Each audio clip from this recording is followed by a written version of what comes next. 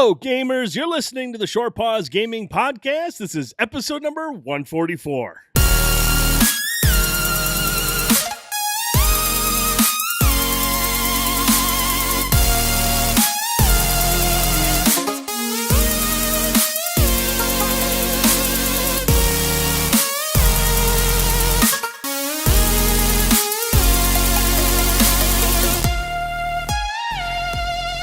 And welcome back to another edition of the Short Pause Gaming Podcast. I'm Brent Felsing. Joining me tonight, Frankie Ayler, Ben Boyce, Bender Holt. Gentlemen, it is 2018 and we are back. We are back after a couple weeks off. We spent the holidays just hanging out with friends, family, and gaming. And it's good to be back. It's good to see you guys. Frankie, nope. Frankie, I'm assuming you were doing real life things. Dying. Yeah, you've been in rough shape, man. What's the story? What's going on? So I went back to my morning job after Christmas because I could finally. Of course, nobody tells me that my boss and his entire family had the flu over Christmas, and he, of course, is there. So after talking to him and kind of getting caught up on what I had missed all month, coworker's like, "Hey, his whole family has the flu. He probably has it too, you know how he is, and just comes to work anyways because he doesn't care." So a day later I started feeling like garbage and spent my New Year's pretty much confined to the couch and trying to figure out what was wrong with me. So yeah, it wasn't fun. That's not how I wanted to start the year, but I can tell you right now, I have been sick like that during the holidays, but man, I had the flu during Thanksgiving one year. I couldn't eat anything. I was over at the in-laws' house, literally watching everyone eat all the turkey skin, and I was so pissed. All I wanted to do was eat the turkey skin, and I couldn't eat anything because I was going to throw up. It was really bad, but that sucks, dude. I'm really sorry to hear that. That's actually why I was really thrown off by it. Like, I never threw up, which I figured that's what you did if you have the flu, you just throw up a lot, but I just lost my appetite. I wasn't doing much outside of drinking water and eating soup when I could. If I even wanted it, I don't know. Like I had a hard time wanting to eat anything, and it just drained me. It was terrible. But you did report back that you lost a little bit of weight. Yeah, that seems to actually be a widespread thing from how we worked last month. So right, yeah, I did. I dropped 14 pounds accidentally last month. So accidentally. That's awesome. It seems to be the common one. So anytime I get the flu and I'm down for like 2 days, I usually lose some weight. Because I can't, eat double cheeseburgers all day long, so I have to just drink water, and I actually lose some weight. So yeah, but I'm glad you're feeling better, and I'm glad you're back, dude. I was kind of worried. I know, like I said, we were talking this past week, and you weren't feeling very well, and I wasn't sure if you're going to make it. But here you are, and you look good. The beard looks epic as usual. And just a quick side note, I was feeling a little off this week too. Let me tell you guys about sugarless gummy bears. Yes. All right. Just. I'll keep it short. We order snacks from this site called nuts.com. Yeah, there it is. I was just waiting for Frankie. He got it in. But Melissa loves the sour gummies from that site. I usually order a lot of peanuts, the Cajun peanuts, corn nuts, all this different stuff. And I was like, well, I want some gummies, but I'm trying to cut back on sugar because I'm fat and I don't want to die. And so I was like, I'll get the sugarless gummies because I'm being healthy. And so these things show up, and I'm down here one night doing something, and I'm seriously just eating handfuls of these things. And I was like, okay, I'm good. And so, I'm upstairs to go to bed, and as I'm laying there, I'm just like, man, I just do not feel good. Now, naturally, I have all sorts of issues in here, and so it's not uncommon for me to have bubble guts throughout the night, but this was exceptionally off. This felt way different. And then first the gas happened. I started farting a lot, and it was terrible. I woke Melissa up out of a dead sleep. She wasn't happy about it. And then the first time it hit me, man, I was like, I thought I was gonna puke. But I was like, no, I gotta go to the bathroom. And I went in there, dude, and it was like Jeff Daniels in Dumb and Dumber.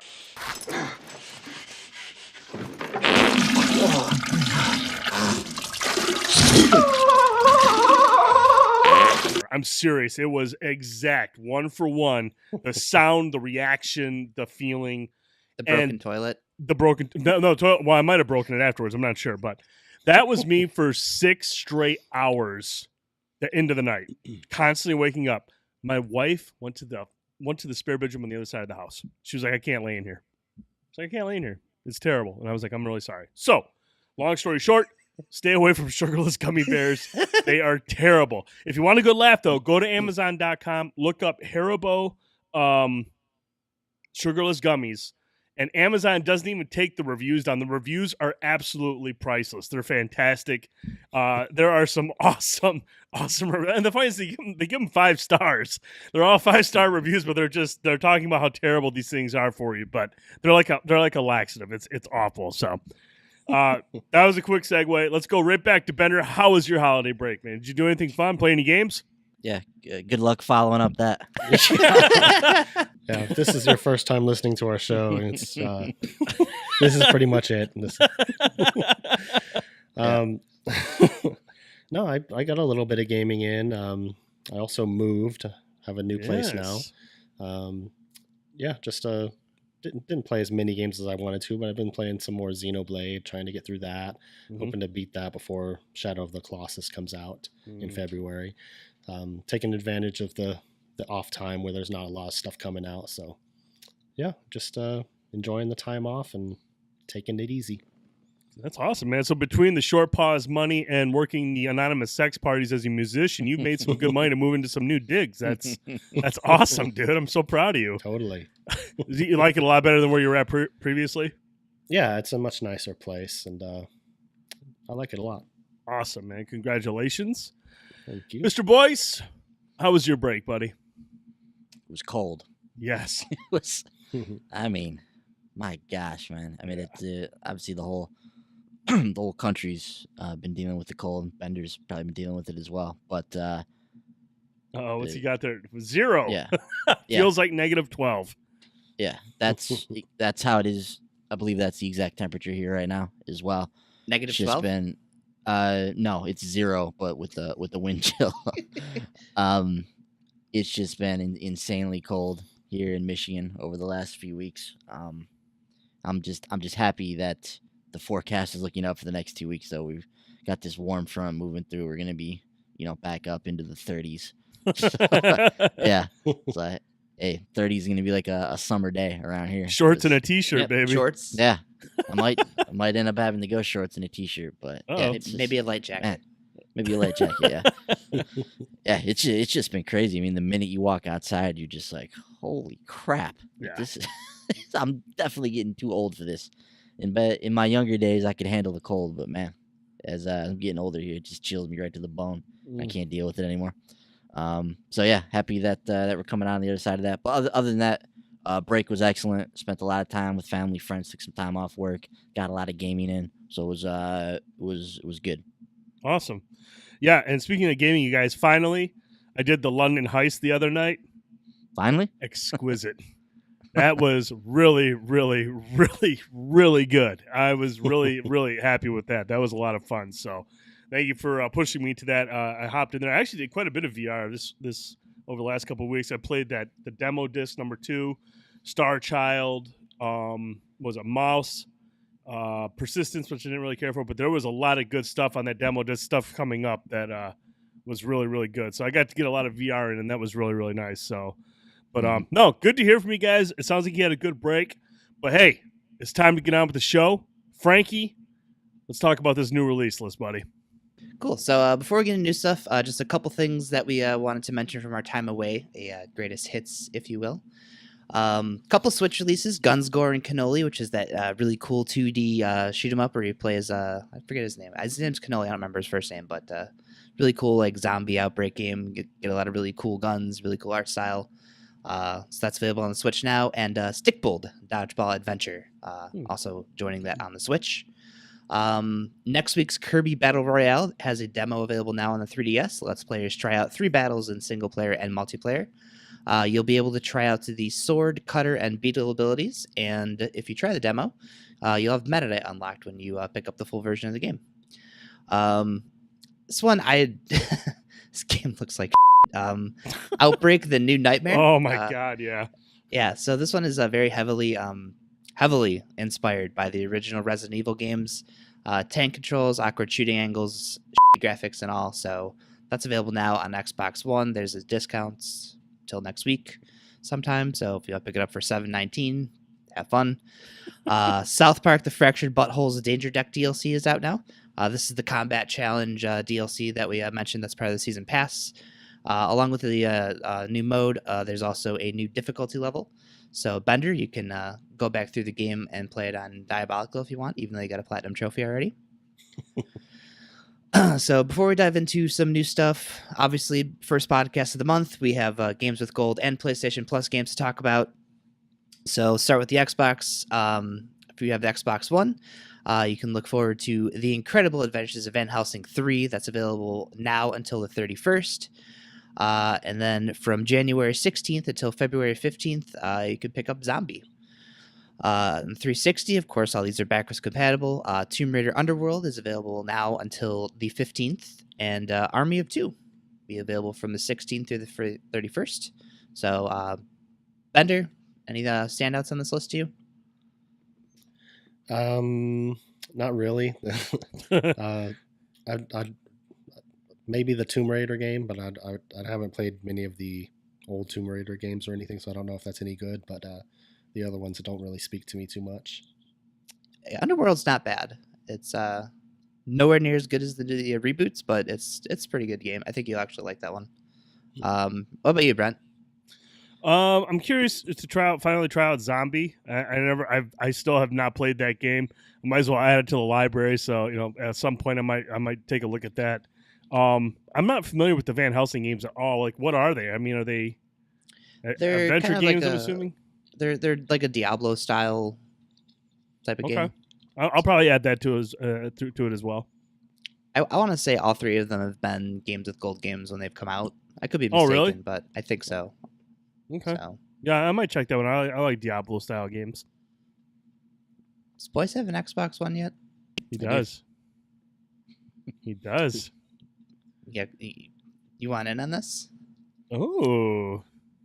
As far as the Games with Gold for January, I don't know, nothing really speaking to me from this list. I'd be interested, probably most in Adventures of Van Helsing, though. I haven't played any of those games. They kind of remind me of Victor Vran, though, which is a game I really liked. Mm-hmm. So if Van Helsing is anything like that, there's been 3 of these, so somebody must have loved the first 2. So I'd definitely be interested in checking that one out. The other one, Zombie, was never really too interested in that franchise. Mm-hmm. Tomb Raider and Army 2, I mean, those games are so old now. I mean, were they like 10 years old at this point? Yep. So, yes, I mean, they were cool back in their day, but I don't know that they're going to get much traction from me today. Is Van Helsing a 4-player co-op game? I don't think so. We'll We'll look into that.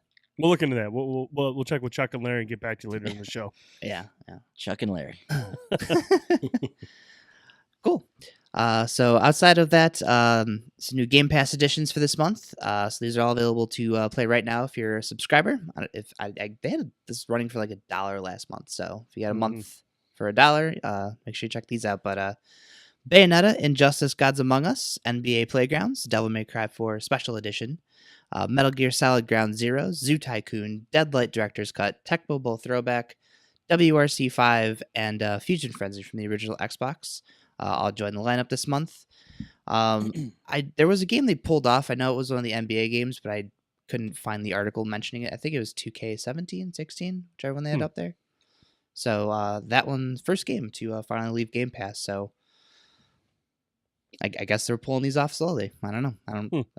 So yeah. So on the PlayStation though, so on the PS4 this month, this is a hell of a month, man. A lot of great stuff.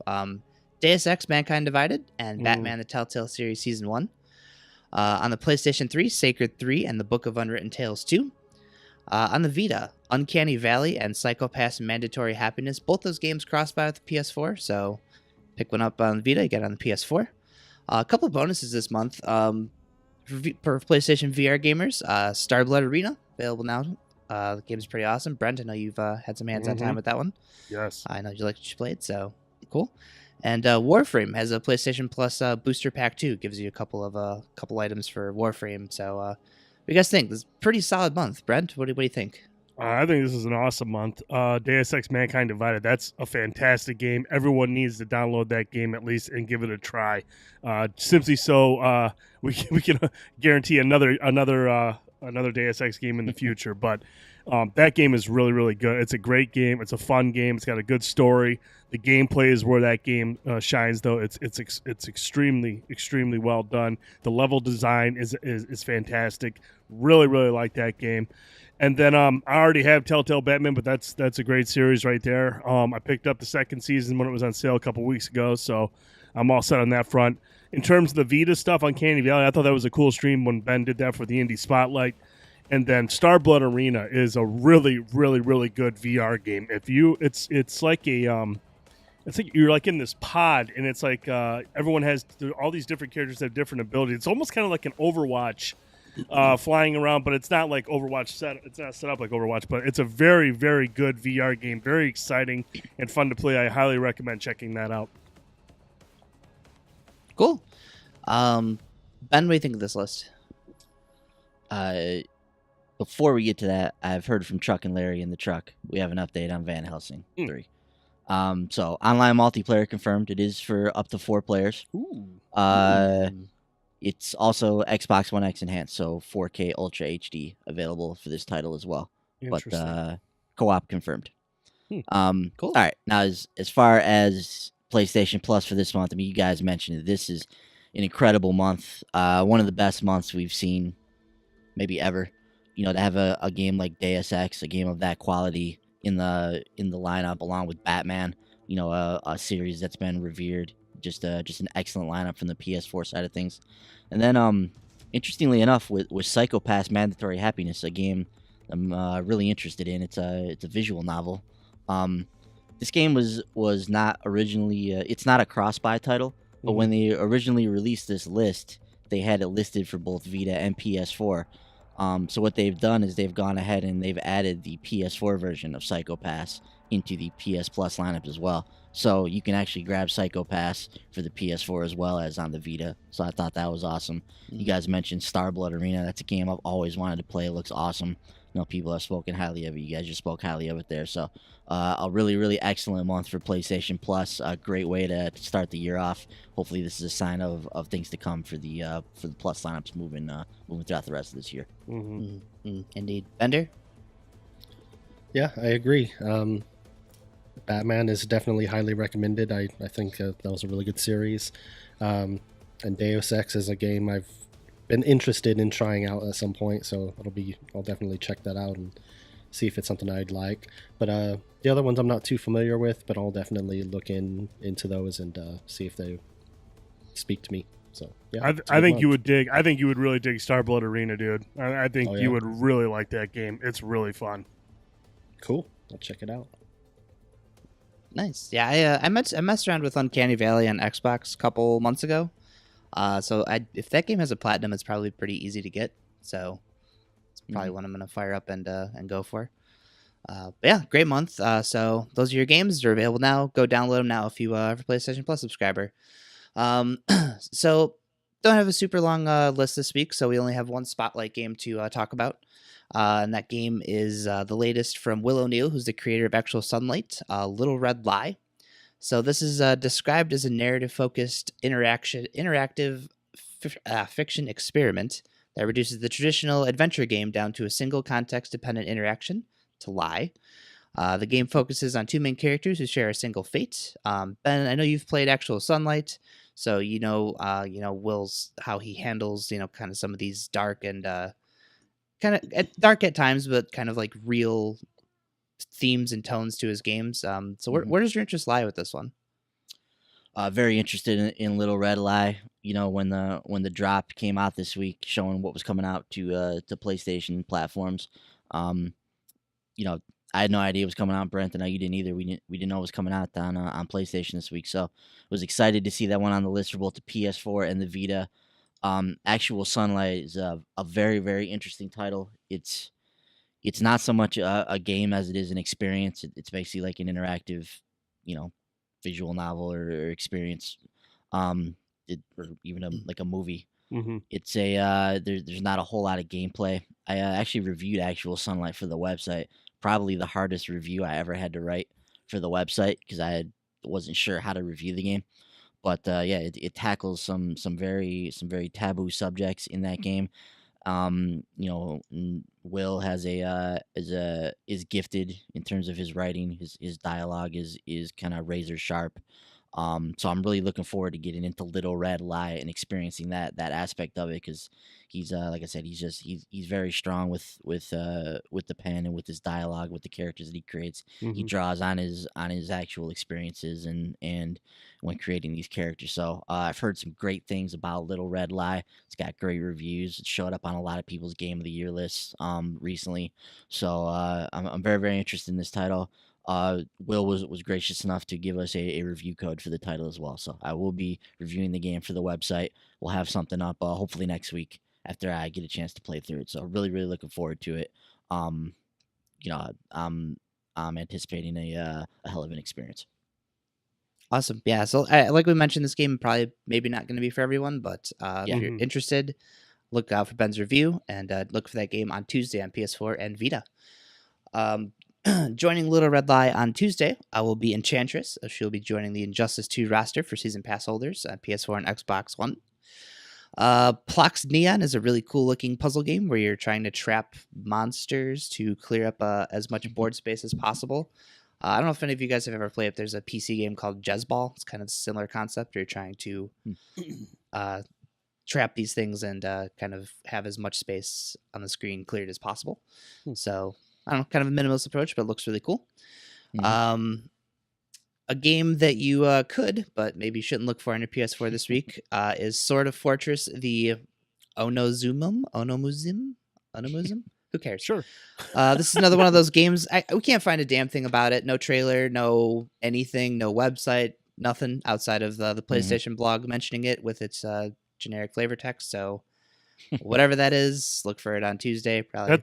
That's a good sign, right? No information, no video. Okay. Yeah, probably day one. Indie Spotlight, probably. This will not be on the Indie Spotlight. I looked as well to see if I could find something on this. Like you said, Frankie, there's nothing out there. The actual picture that they show for the game is probably even more generic than the flavor text. Yep. So so I would be scared of this one.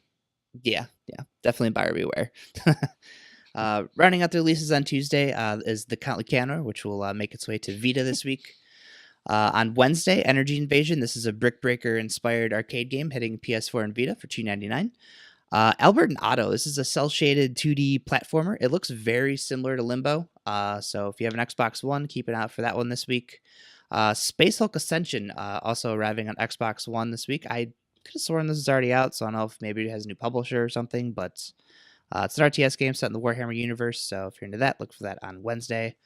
On a Thursday, this is of course the big release day for the Switch, and this week again pretty packed, not as much as previous weeks, but still some pretty heavy hitters. Starting off with Super Meat Boy. This is of course a short pause favorite. This is coming along with the Switch release. Is going to be a brand new split screen mode called Race that'll let players face off as they race each other through any of the levels available throughout the game. This is local only, so unfortunately no Ben Brent showdown yet. So if you haven't played Meat Boy yet and don't have any other platforms, look for that one on the Switch this week.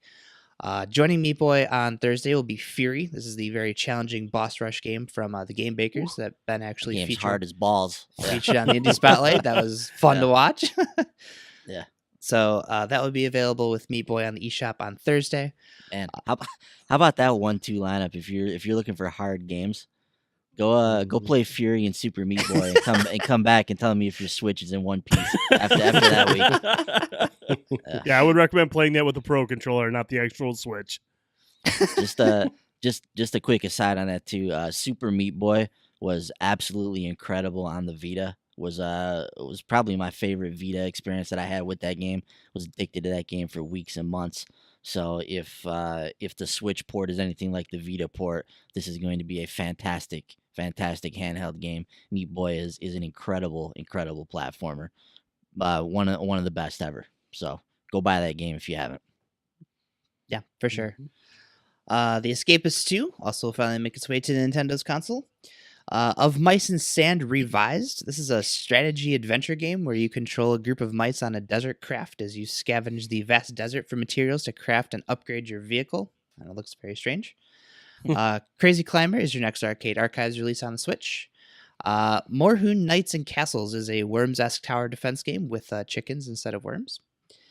Jaw Stickman Epic 2 is the cool-looking adventure game where you draw in solutions to puzzles. I don't know, looks pretty neat, kind of like something in the vein of Scribblenauts. And rounding out the Switch releases that we know about for this week is Energy Invasion. This is the game we just mentioned on the PS4 and Vita. Happy Drummer is a VR rhythm drumming game that'll be arriving on PSVR on Thursday. And Planet Base is a space civilization game. I think that's available on pretty much everything else, finally arriving on PlayStation 4 this week. A couple more Switch games coming out on Friday. Askin 2, The World Beneath, and Brawl. This is that game that kind of rose from the ashes of the worst-rated PlayStation 4 game ever, Basement Crawl. So look for both of those games on the eShop on Friday. Flying Tiger, Shadow Over China is a World War II dogfighting game that'll be available on Xbox One. And closing out the week is the open beta for Final Fantasy fighting game Dissidia NT. The beta is going to run from Friday the 12th through Sunday the 21st. It's a pretty hefty, got a whole week there, so it's awesome. Nice. Square is going to be announcing some more details about what exactly to expect from the beta later this week as we get closer to the beginning date, so look forward to that. It's going to do it for new releases. Awesome. Any of you guys interested in jumping into that beta? Yes. Mm-hmm. Of course. Yeah. Yes, I am. Great. That's a shocker. All right. Well, thank you, Mr. Ayler. Appreciate you going through the new releases, buddy. Well done. All right. Let's get right into the news. Now, we got a couple things we're going to talk about that we missed over the last couple of weeks. Mr. Boyce, let's start off first. We saw a couple these huge Destiny 2 rumors with like the DLC, what to expect. We had two big stories come out, and it turns out both of them were false. But Ben, how about you kind of run us through these two rumors that came out the last couple of weeks? So let's talk about these Destiny 2 rumors. So like you mentioned, Brent, a few rumors dropped over the break here and kind of threw people into a tizzy. So let's talk about them. There's two big rumors that came out. They both were questionable leaks to begin with, and they've since been proven false. But I want to go over them for a minute because they do have some interesting information in them. So the first leak we heard came as a result of data mining that took place after the Dawning, which is Destiny's current event that's going on, was released. And this data miner, there wasn't a whole lot of like sourcing that went behind this, so it sounded questionable from the beginning. And no reputable outlets like picked it up or kind of like got behind it. So that's also another telltale sign when probably not the greatest leak or probably not the greatest information here. But it's interesting because these leaks kind of go hand in hand. So this first leak, according to the data mine, I'm gonna read from this Game Rant article. Like I said, this is BS, so this is not anything that's happening. But I think it's interesting to talk about it. So according to this data mine, the Destiny 2 DLC was going to be called Heralds of Nezarec, and it was set to include a new destination on Enceladus. That's the sixth moon of Saturn. It's an icy moon. Specifically, players would be exploring the frigid wastes of Enceladus throughout the DLC's 10 story missions and 3 new strikes. The story goes that the ship crash landed on Enceladus, and 2 new enemy races, the Frames and the Heralds, have taken control of the frigid wastes. It's unclear who or what these 2 new races are, but apparently they answer to an entity called Nezarec. To stop Nezarec, the Heralds and the Frames, players will work with the infamous gunslinger hunter Anna Bray and the warmind Rasputin. Now, that's kind of the gist of the leak there. But like I said, it was it's since been proven false. It was a data mine from like one dude that and nothing could be proven. We know that the name of the DLC is not the Heralds of Nezarec. Nezarec is going to be nowhere near this DLC. The only thing we know about Nezarec is some lore text that's on a warlock helmet. So somebody must have took that and ran with it. But Nezarec has a place in the Destiny lore and the Destiny universe, but it will not be in this expansion. So that was the first thing that came out. Then we get an even more substantial leak that comes as a result of a supposed leak that happened on both the Japanese PlayStation Store and the US PlayStation Store. So here's what happened on here. So the Reddit user that leaked this, his name is God of Mars Leak. All right, so this was an account that was created to post this information. Now, this is via a screenshot that was snapped on PSN. This is what it had to say.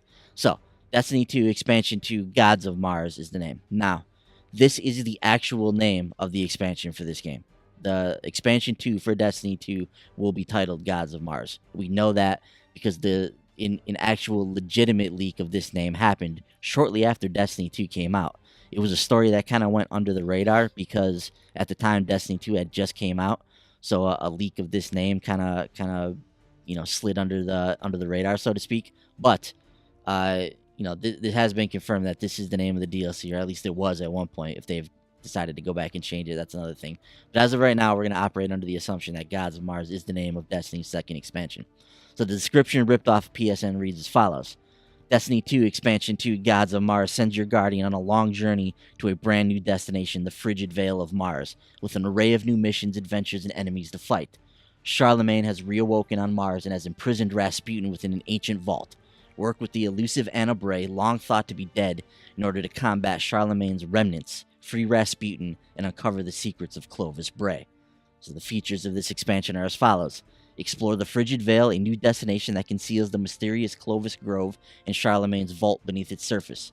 New story missions and adventures, new themed weapons, armor, and gear to earn, new cooperative activities, new competitive multiplayer arenas, new enemy faction, and bosses. So, all of this sounded great. It sounded like cool. This sounds like this is going to be a cool expansion. But when you dig a little bit further into this leak, you find some issues. First of all, this leak has been clearly photoshopped. It's evident in the image that's in the top left corner, like the image that's used for the expansion. The image has clearly been stretched. So somebody took the promotional image for the game, clearly tried to stretch it and overlay it over where the picture would typically be for the for the emblem for the expansion. So it's a poor stretch job. You can tell that the image is not high quality. It's been stretched. The actual name of the expansion is not in this image as well. So clearly they took the promotional image for the game that doesn't have the actual name of the expansion and pasted it up here. So the name of the expansion would be in there. It wouldn't just say Expansion 2 on the text. Also, when you zoom in and look closer, you can clearly see that the image is not overlaid correctly. It actually overlaps a little bit where it's supposed to stop on the image. So from all that, you can tell that the image has been photoshopped. Also, what lends less credence to this leak is the fact that this Gods of Mars leak guy on Reddit, not only did he post the leak from the US PSN store, but he posted the leak from the Japanese PSN store as well. So with the millions of users across PSN all over the world, this one dude, not only did he find the Japanese PS store leak, but he found the US one, and he's the only one. And he snapped a picture of it and shared it with everybody else. So, obviously, this is far-fetched. Obviously, this is not the reality of the situation here. But I think it's interesting to bring this stuff up. Now, so I bring all this up to kind of talk about what we actually do know about this expansion. And I've been watching videos and kind of looking into this from people from the Destiny community, specifically guys like My Name is Bife, who's like a master of Destiny lore. Love watching that guy's videos. But he dug a little bit deeper into the Gods of Mars situation. So specific shout out to him, which is where I'm gonna explain a lot of this information. But just wanted to address these rumors so that we can kind of clear the air and figure out exactly what we know about this expansion so far. So first and foremost, like I said, we know that the name of the expansion is God of Mars. That's been leaked previously, and we know that it's Warmind focused. We know that the symbol of the Warmind is on there. We know that it takes place in some type of an icy environment. We see it in the promotional image, and that's kind of what we know from there. Now the reason it takes place on Mars is for a couple of reasons. So some interesting stuff going on in the promotional image itself. There's actually I forgot what video I was watching, but some guy outlined the moon of Phobos behind the the character that's in the promotional image. Mhm. So which is one of the moons of Mars, which is clearly visible in Destiny. So it's faint, but it's in the background of this image. Also, Luke Smith explained that at the spoilers for the end of Destiny 2, minor spoilers. It's not a great story that you're missing out on or anything. But at the end of Destiny 2, when that energy wave goes out across the universe, Luke Smith said that the order that the wave hit the planets was the order in which we'd be going to these places in Destiny 2. So the first place the wave hit was Mercury. The second place the wave hit was Mars. So we know that we're going to Mars, and if you look closely when that wave is spreading out, there's actually a faint hint of the ice caps of Mars. So Mars is not just a sandy planet. There are like polar ice caps on that planet, and that's clearly where this expansion is going to take place. So while we've been to the red sands of Mars before, this is going to take place on Mars, but in a much different environment. So, Gods of Mars, we know we're on Mars. We know we're in the polar ice cap part of Mars. There's also some hints in Destiny 2, and I like this because, Bungie said that they were going to do this kind of stuff if you pay attention, and some guys like Bife, they pay attention and they pick up on this stuff. So, there's actually an adventure in Destiny 2, one I haven't actually done yet. I believe it takes place on Io. But it's called Arecibo, and it's an adventure that concerns a message from a war mind from the Golden Age. They don't tell you which war mind it is, or go into any more details about that. But at the end of the Arecibo adventure, there's actually an alternate ending to that mission, and in the alternate ending to that mission, Ghost kind of like gets possessed at the end. Some music starts to play, and he starts screaming about various things, but at the end there you hear him screaming about red sands, ice caps, and Mars. And then he kind of comes back and be like, whoa, I lost my mind there for a minute. Like what happened there? So so like I said, that was at the end of the Warmind mission. So there's a little hint there at the end of that. Also, the music that's playing in this mission is Tchaikovsky's Symphony No. 6. So this is the music that plays every time you were to go down into the Warmind bunker of Rasputin. Yeah. So that's what led people to think that this has to do with Rasputin, because they never say in that mission who the actual Warmind is that's behind this message. But that music that plays is the same music that played when like Omnigul was infiltrating the bunker. It's that same kind of that ominous classical music that plays whenever the Warmind is under attack. So that would lead you to believe that Rasputin is going to be involved, and maybe a hint that Rasputin is going to be involved in the Gods of Mars expansion, because we know it has something to do with a Warmind. We also know, and Blythe points out, that Rasputin is no longer confined to Earth. So while Rasputin is the Warmind of Earth and he's the first Warmind, at the end of kind of the first set of missions in the very first Destiny, we unlocked that array that allowed Rasputin to kind of blast across the solar system. So with that array, Rasputin no longer confined to Earth, it's very possible that Rasputin could be on Mars and involved in something one way or another. So I thought that was interesting. Also, Bife points out that on Mars there's a city called Freehold, and we'll remember that from the first Destiny. And this is a city that was a very technologically advanced city. It was the home of the Clovis Bray Corporation, which obviously Clovis Bray founded. He's obviously related to Anna Bray, who's been rumored to be involved with this expansion. And Bife actually points out that the character in this image clearly is Anna Bray. Her symbol is actually on the character's shoulder. Her wolf symbol, her hunter symbol, is on there. So something to do with Anna Bray is going to be involved in this expansion. But with the Clovis Bray Corporation, in this city of Freehold, Clovis Bray is actually said to be or believed to be behind the creation of not only the war mines, but of the exosuits and of Siva. So all of that is coming from, or originates within the Clovis Bray Corporation. So there are some story threads that they could pull with Siva, or with Exos, or with the war mines from the Clovis Bray Corporation, which the Brays appear to be involved in this expansion. So once again, Anna Bray going to be involved in the expansion. Now the interesting thing about Anna Bray is she's supposed to be dead.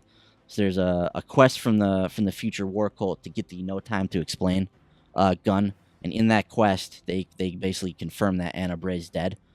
But you actually helped us find this one day, Brent. But there's a little secret area in the tower, in the hangar, where if you walk along those pipes and go into that secret room, you find that journal sitting on the table, and Ghost talks about it's Anna Bray's journal, but it's all been redacted, and so that's kind of our first mention of the Brays there. Also, in that Arecibo mission, there's more references to the Brays, to information being like hidden or redacted as a part of that mission as well. So I need to go and play this mission because I haven't played it yet, but apparently it's hinting towards what's to come in the future. So there's hints of the Brays, so clearly they're going to be involved in the expansion. I think that Bungie's clearly hinting at that. And there's different theories about what the gods of Mars could be referring to. One of the theories is just the war minds themselves. It is plural, so Charlemagne, the war mind of Mars, is supposedly dead as well. But maybe Charlemagne is active somehow, and maybe there's some type of conflict between Charlemagne and Rasputin. We don't know. There's also an interesting theory that the gods of Mars could be referring to the Fallen, maybe that they've got their hands on Siva, and the Fallen are actually there's a house of Fallen on Mars, the House of Kings, which we haven't actually interacted with in Destiny to this point. But the House of Kings, we know they're on Mars because of the story that plays out in the Grimoire cards with Prince Aldrin or Aldrin, however you say his name. He's the guy that obviously worked closely with Marisov, and we thought he might have died during the Oryx attack, but the Grimoire cards explain that he crash landed on Mars after that battle with Oryx, that epic battle, and he actually made a deal with the Fallen on Mars and with the Kel of that particular house. So he's involved with them in some kind of way, and maybe the Fallen have through Freehold, through the Clovis Bray Corporation, maybe they've got their hands on Siva once again, or they're trying to create some kind of a godlike race of Fallen. Maybe that's what the name of the expansion is referring to. So that's one of the other theories that's out there. There's many other theories, many things that this could or could not be. But that's kind of what we know at this point. Just wanted to clear the air with all the rumors that are out there, kind of what we know and what we can kind of hang our hat on at this point. But it sounds like sometime in the spring this expansion will be available. Bungie obviously is going to be talking more about this in the weeks and months to come. So I'm personally excited. The most interesting thing about this, Brent, could be the possibility of a new alien race with this expansion. So there's been, obviously in the text here, it's talked about. We know that it's fake, but Bife actually points out something interesting here as well. But in Rise of Iron, Saladin at one point is talking about Rasputin's defenses, and he mentions frames and constructs, and which are some of the rumored alien races for this expansion, and how they were unlike anything he'd ever seen before, and they were heartless and yada yada yada. So it's very possible that we could be facing a new enemy race, and maybe this race of constructs that are created by the war minds to kind of tackle Guardians. So some interesting stuff with this could be, but I don't know, man. What do you think about all this? What do you think about that and the possibility that we make it another alien race with this expansion? Is it possible that with this they'd give us some new aliens? They've never done it in kind of one of these $20 expansions before. I think that's the most interesting and most exciting prospect is possibly coming across a new race, one that's based on it was created by the war minds. You said, yeah, and. Yeah, I think that would be awesome. I mean, and like a real hardcore badass race of a new race of enemy. I think that'd be really, really good. I think that's something that Destiny could really use as a new race. Like you said, we went through Destiny 1 and we saw variations of races that we already encountered. A whole new race would be fantastic. I think that would change things up considerably. And then and whether or not that race would be carried over into the Infinite Forest would be sweet. Kind of freshen that stuff up. So there's a lot of stuff they could do with that if they brought a new race into the mix. Yeah. Do you think that they would do something like that in a $20 expansion? Is that possible, or is that you think that might be asking too much? I think compared to what people think of this previous one for $20, I think a new race would be perfect for $20. Yeah, I mean, would they do something like that to kind of maybe juice up the Destiny crowd, Sure. get them excited about the prospects of the new DLC?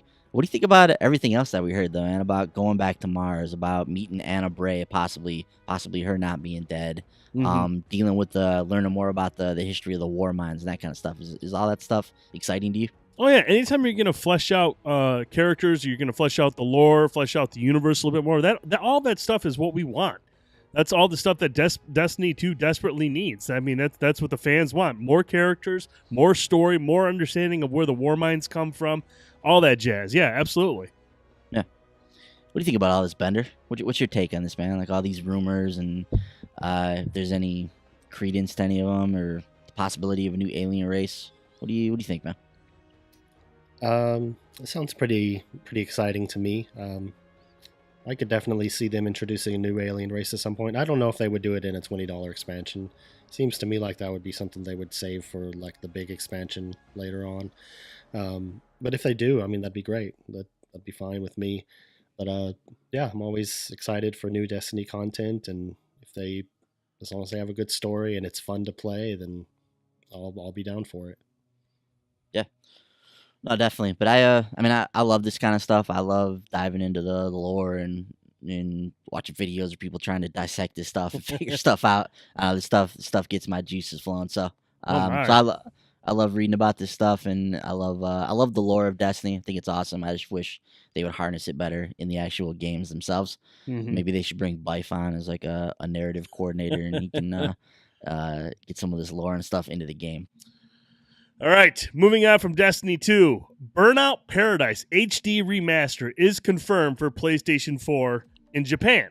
Electronic Arts will release Burnout Paradise HD Remaster for PlayStation 4 in Japan on March 16th for 4,104 yen. The game is a high-definition remaster of the 2008 launched PlayStation 3, 360, and PC open world racer. While only a PlayStation 4 version seems to be planned for Japan, physically at least, it will more than likely launch for both PlayStation 4 and Xbox One for the rest of the world. Gentlemen, I don't know about you, but I am hyped to play some Burnout Paradise. An HD remaster sounds awesome. Frankie, where you at on Burnout Paradise HD Remastered? I'm pretty excited about it. I know we talked about this a couple of weeks ago, but I'm glad this one's happening. I'm kind of hoping it gives EA a reason to revisit some other games I think they should remaster, like Bad Company 2. So, no, that's great. I love Burnout. I don't know, maybe this is like kind of testing the waters for a new one. So, oh, man. I hope so. I love Burnout games, man. Boyce, I know you were a big fan of Burnout Paradise HD. What's your thoughts on this? Yeah, Burnout Paradise is awesome, man, like we talked about before. And while this listing is only confirmed for the PS4 in Japan, we know via the, I believe it's the Brazilian ratings board that leaked it, it's coming to both PS4 and Xbox One. So it sounds like in Japan it might be only physical, as far as physical media goes, might only physically be available for the PS4 over there. But once it goes worldwide, we know it'll be available on the PS4 and the Xbox One. So basically, this confirms it. We know that if this game's coming out in Japan, it's not only going to be released there. Burnout's a huge franchise around the world, so this will be released sometime in March. So that's exciting, man. Bender, where's your interest at with Burnout Paradise HD? My interest is high for something like that. I think that'd be really cool. Burnout is probably my favorite car-themed video game franchise, so it'll be nice to play it again. And if it leads to them making a new one, I think that'd be awesome. Yeah, I think Frankie's on something. I think this is them definitely testing the waters to kind of see where the interest is in it. And if this thing sells, I gotta believe there'll be another Burnout game, because it's always been a popular franchise.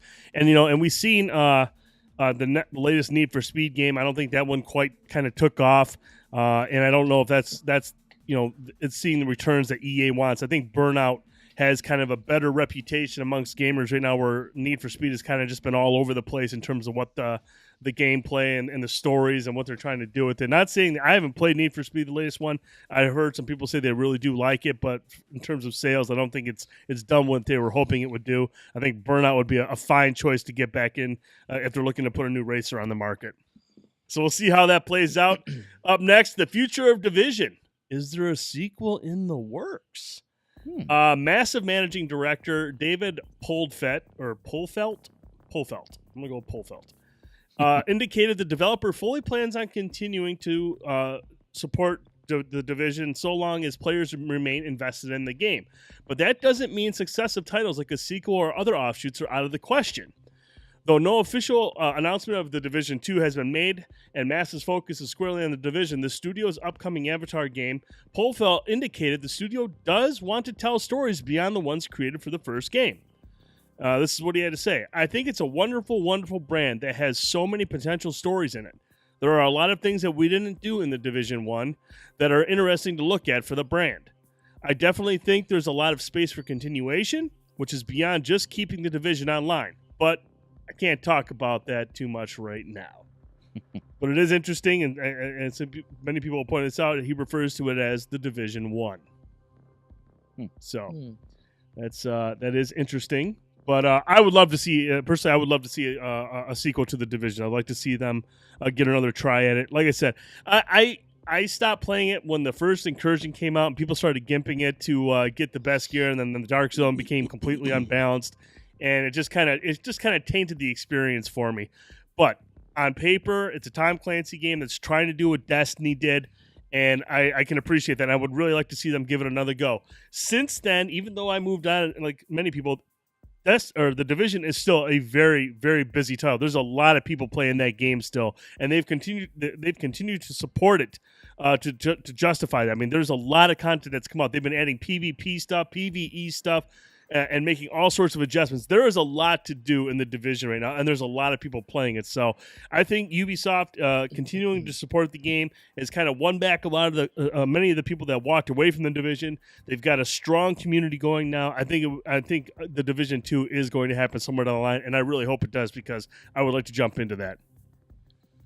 Boyce, what's your take on that, man? Yeah, I don't think there's any question that the Division 2 is something that we're going to see eventually. We know that when the Division 1 came out, all kinds of records being broken when that thing released. So millions upon millions upon millions of copies sold. Like you said, it hit a rough patch with some of the glitches, and you know, there was a really rough couple months there for the Division when the game was trying to figure things out. But as it's gone along, they've kind of got their feet underneath them. They've got their bearings. This 1.8 release that came out recently, I heard a lot of good things about that one. It was a really big release, added a lot of new stuff to the game. A lot of people excited about it. It's a daunting game to get into right now. I know it's difficult to kind of hop in there and play with the people that have been playing this game for a really long time. I would like to return to the Division at some point though, give it another whirl just to see what's changed, see what I'd try the DLC. I haven't tried any of the DLC for the game. I have the gold edition of the game though. I haven't played any of the other stuff that goes with it. So but yeah, like you said, man, hearing tons of great things about the game. People that play this game love it. And it's just a matter of time before we see the Division 2. I'm not sure when though. I don't know if this is something we see anytime soon. The Division 2 for me seems like something that's many moons away as we sit here today. Yeah, I would say that's going to be like a next gen title. I think that's something they'll go with the newer software or the newer hardware to make that a reality. But Bender, I know that you played a little bit of the Division. You played it solo and you didn't really care for it, playing it that way. But does the concept behind the Division, the ideal behind it, a more tactical shooter, does that still appeal to you, or was Division 1 just kind of like, I didn't really care for this, and it's something I'm really interested in going forward? I enjoyed the gameplay of the Division, and it was fun, especially when we were playing together. But just the themes and everything didn't speak to me quite as much as Destiny does. So I mean, I don't know if it's something that I would want to jump into if they made a sequel. I don't even have the game anymore, honestly. So I mean, it's a good game. I just don't. I feel like it didn't really speak to me as much, like I said. Well, that's the thing. The story was throwaway stuff. I mean, it wasn't very good at all. I mean, for as much crap as Destiny 1 got, the story in Destiny 1 just dances around the story in the Division. It is just your typical Division military tactical shooter with all the military jargon and just terrible writing, and that we've all come to expect from those type of games. But Frankie, what was your experience with the Division? I mean, did you play any of it? Did you get into it much? I know you did the beta. I think we did the beta and played that a little bit. But where are you at on the Division? Would you like to see the Division 2? Would you give that a try? Yeah, I'm actually with Boyce. I bought the gold edition. Oh. And I don't know. I guess we just never really got into it. I don't remember why, but I really liked what I played at the beta. I know I hopped in with Ben and Bender, and I had a great time with it. It was a lot of fun. The mechanics are really cool. Going out the mission structure I thought was really cool. So I probably would be with Bender. I don't know if it's a game I'd want to play by myself, but Right. I mean, if we were to get a group together for it, I'd be down to play it. And that goes for the Division 2. Like I said, I think they made a really great game. That much I could tell from what I had played of it. So I'd totally be down for more Division stuff. See, I think what happened is when that came out, I mean, we were at the peak of our investment in Destiny. We were playing it like crazy, and we went over the Division. We're like, oh yeah, this is cool. But we had made so much progress in Destiny. We've ranked our characters up so much. We're like, all right, we got to get back to this, get back to our raids, get back to what we were doing, and all that jazz. We had a lot of people playing, and so I think the Division was a cool concept. It was a nice first step, but I don't think it had anything on on Destiny. I think it paled in comparison at that time, but on paper, with the Tom Clancy branding and the Tom Clancy style of play that you would expect, I think it could be a fantastic franchise, and I really would like to see them come out with the Division 2. But again, I think that'll be somewhere down the line, like Boyce indicated. But no, I'd be cool, and I still have the Division. So if anybody wants to hop on there and just kind of walk around and see, I know they've made a lot of changes to the Dark Zone. One of the ones I'm glad they made is where, if you were like engaging in combat and you accidentally shot somebody else, that would automatically make you go rogue. Like you'd be rogue right away. But now if you're playing it and you accidentally shoot somebody, it'll actually give you an option to choose. Are you going rogue or not? And you have to do it quickly. And if you say no, it'll say, okay, that didn't count. You're good to go. You can keep playing. So they've done a lot of things to kind of balance it out a little bit. And it sounds like, they've taken care of the issues that caused the unbalancing in the first place. They've created multiple tiers of the Dark Zone for like different levels of people and players. So they've done a lot of good things to make that, a lot of quality of life changes to that game to make it much more appealing. And like you mentioned, Boyce, I mean, with 1.8 that came out, there's a lot of people playing that game, and it's definitely got a community. So we'll see what Ubisoft does with that, because I know everyone just loves these Destinies. Destiny has inspired so many different people. And you've got Anthem coming out that's going to be doing something similar. So obviously, it's a very popular genre. Ubisoft isn't going to walk away from a genre that has proven to make a lot of money for Activision. So they're going to get in there and try it again. Yeah, I still have the Division as well. Still, we talked about this when we were playing Ghost Recon, man. But the cover system and like the mechanics of the Division to me are like the best in terms of like a third person shooter. Just the way you're able to quickly move from cover to cover, the way just the game plays, I think is exceptional. Plays much better than Ghost Recon, in my opinion. I don't know why they didn't just take what they did in the Division, just put it in that game. Would have made a whole lot of sense to me, because it just seems like they nailed it with the Division. And it's one of those games, man, where if we fired it up today, it's gonna look completely different than we remember it. This is gonna be a much different Division than when we were playing it when it first came out. So yeah, like you said, man, lots of people flocking to it, lots of people saying good things about it. It's definitely got its hardcore group that swears by the Division. I don't know, maybe we'll have to revisit it one of these days. I would not be opposed to that. All right, let's jump into the world of Nintendo. Bender, you ready? Yeah.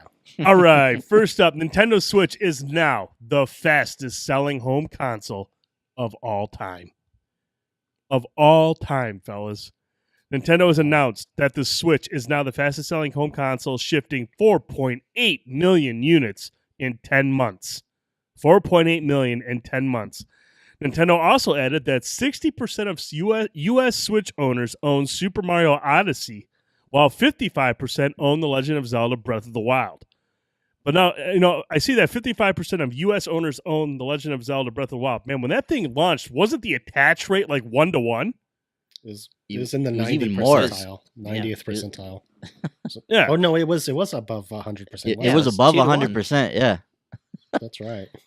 Yeah, so obviously a little bit of drop off since the system has been out for a couple months, but still 4.8 million units. And then Nintendo says that owners can look forward to Nintendo published games like Kirby Star Allies, Bayonetta, Bayonetta 2, and a new game starring Yoshi.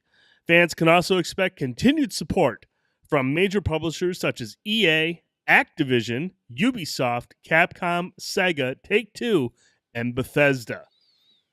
So, quick thoughts on the Switch, the fastest selling console, home console of all time, boys. Not surprised by what it's been doing since it came out. I guess it is a little bit surprising that it's overtaken the Wii for that title. I mean the Wii was a phenomenon when that thing came out. So the fact that the Switch has surpassed that just shows that Nintendo was really trying to keep up with the demand, and they were manufacturing quite a few Switches to kind of keep up with everybody. So kudos to them for that. I was The 4.8 number kind of struck me. I thought it would be higher as like the fastest selling of all time, but I guess that's just what it is. Mhm. But yeah, kudos to Nintendo. They've obviously created something that's resonated with the fans, and they're just selling like hotcakes. Mm-hmm. Frankie, what's your take, man? I mean, I know you're a big fan of the Switch. You like having all these. There's a lot of games on there for it. Are you surprised by this 4.8 million in 10 months? Not at all. When you bring out your new big flagship Zelda and Mario game in the same year, shiny new system, people are going to flock to that. People have been starved of a quality Zelda and Mario game for years now, so I think it's great people showed up for them. Mm-hmm. Now, Bender, I know you're the hardcore Nintendo fan here. I know you took a lot of crap from us during the Wii U era, but now that the Switch has proven to be a huge success, what's your thoughts, buddy? I think it's pretty great. I'm very happy with it. I love the Switch. I mean, I bring it with me all the time to to work, and anytime I'm on the go, I like the way it feels. I like to hold it. I like the way the screen looks. It's just a cool device. Yeah, cradle it like a baby, pet it. No, just kidding. Is anybody else picturing Endless Love playing as Bender's talking right now? Endless love. Friends listen to Endless Love in the dark. No, but I agree with Ben. It is impressive that it's overtaken the Wii, because when I think back to the Wii era, I mean, that thing was impossible to find on a shelf for like 2 years after it launched. So it really speaks to they're making some. They've been making some good efforts to keep these things on the shelves, and keep up with the demand. I mean, there was a little bit of a shortage for a little while there, but I think they've been doing pretty good about keeping up with it. So that's awesome. That looks like it's gonna keep going on into this year, and I hope they have continued success with it. I give Benner the opportunity. I mentioned we gave him a whole lot of crap during the Wii U era. I was waiting for Benner to come out like, you guys can suck my Joy-Con now. But he took the high road and just spoke very highly of the Switch. So that's why we love Bender. But you're talking about, Bender, you mentioned, as long as they can keep the demand or keep meeting the demand, Nintendo is aiming to sell 20 million consoles next fiscal year.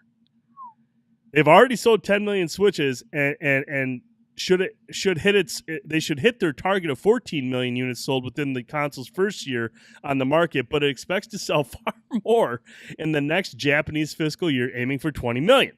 In an interview with Kyoto Shimbun, Nintendo president Tatsumi Kimishima? Kimishima. Yeah. Nintendo president Tatsumi Kimishima explained that sales continue to exceed expectations, leading to this larger forecast. Kimishima also asked for patience as Nintendo increases production, hopefully easing the issues of retailer sellouts that continue through 2017. Reportedly, as many as 25 to 30 million Switches will be manufactured during fiscal year 2018, although this number could have changed depending on holiday sales. So what do you think about that, boys? Do you think they're going to push out 20 million units or sell 20 million units in the next fiscal year? No, I don't. I mean, it's a very lofty number. They've already released their Mario and Zelda games, so I don't know what software they're gonna have planned for this year. Not sure if they're gonna be able to get that Pokemon game out or not.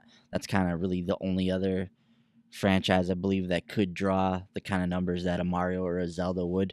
But with those games already being out, and this being the launch year, and everybody being excited about it, and then able to push 14 million or whatever the number you said ended up being, man, 20 million is a lot for a fiscal year. So I'd be surprised if they had 20. I think they're going to sell a lot of systems. You know, this is still going to be a hot commodity, and people are still going to be buying this. They're still going to be getting it for the Mario and for the Zelda that's already available. But I don't know if they're going to have the kind of software that's going to drive 20. I mean, I don't know what you bring out to drive 20 million units in a year. That's just a lot, man. I'd be very surprised if they hit that. Well, let me ask you this, and I hope you other guys, Bender and Frank, you guys chime in as well. You know, they mentioned, Nintendo said that owners should look forward to continued support from major publishers such as EA, Activision, Ubisoft, Capcom, Sega, Take-Two, and Bethesda. We see EA and Activision there. Now, we know EA has FIFA out there. What Activision title has been out on the Switch so far? Any? Skylanders. Skylanders. Okay, so you got Skylanders. I got to believe if they're saying they're getting 20 million units out in the next fiscal year, Call of Duty's coming to the Switch at some point. Call of Duty's going to be on the Switch, and if people can play Call of Duty on the go, in whether it's single player or multiplayer, that's going to push units. EA is going to get involved with Battlefield. Battlefield's going to be there in some way, maybe a smaller scale. There's no way EA is going to, dude. If you can get Doom running and Wolfenstein, you can get a small scale Battlefield game running on the Switch easily, no problem whatsoever. So I think EA is going to find a way to get that thing on there, man. They're not gonna turn down this system that's growing through the roof. EA, Frankie, EA is going to do whatever they can to make a buck. They're going to get it on there. And so, you've got all these third-party publishers. If you release a Pokemon at some point, I think 20 million could be possible. I really do. I really think they could hit that. But, Benner, what's your take, dude? If they get the new Pokemon game out, I think it's possible. I don't know what they're planning, but, I mean, they may surprise us. We have a rumored direct coming up, and I'm looking forward to seeing what they announce. And hopefully they'll announce some cool titles for 2018, and we'll have to wait and see. But I don't know. I'm cautiously optimistic that they could possibly do that. Frankie, 20 million in a fiscal year. Think that's going to happen? I mean, I suppose it's possible if it doesn't lose any momentum. But, like Boy said, like the big games people want to buy for that thing are out already. So either you have people who are just waiting for maybe a price drop, who knows? But unless somehow they get Metroid Prime 4 out this year, I don't know. It'll be close. Interesting. One other thing Nintendo did this past few weeks is Nintendo reportedly is delaying their 64 gigabyte Switch game cards. Now, this is interesting because the Wall Street Journal says Nintendo originally planned to deliver the bigger Switch game cards to developers in the second half of 2018, but there's apparently been a delay due to technical issues. The largest Nintendo Switch game card currently is 32 gigabytes. That's considerably smaller storage compared to a Blu-ray, which can hold up to 50 gigabytes of data for PlayStation 4 and Xbox One games. The Wall Street Journal adds that some US-based publishers may hold off on bringing certain games to the Nintendo Switch because of this delay. However, no specific companies or games are noted. But if you think about that, I mean, that's got to be a pain in the ass for some of these publishers. Like if you look at NBA 2K, you get the game on a disc or on the card, but you have to download another portion of it. I'm sure there's a lot of publishers out there going, this is not convenient for a lot of the Switch owners who maybe don't have the internet bandwidth or don't have access to internet at all where they can download a big chunk of a game like that. That's got to be completely unappealing to some of these publishers, boys. What do you think about that? Yeah, I mean, it defeats the whole purpose of having a game card. Why am I going to go to the store and buy a game card and then I got to come home and download the game? Like, that doesn't make any sense. So, so yeah, they. But man, if it was originally set for the second half of 2018 and it's been delayed, how much further is it going to be delayed? I mean, we're talking years now before we see a 64 gigabyte card.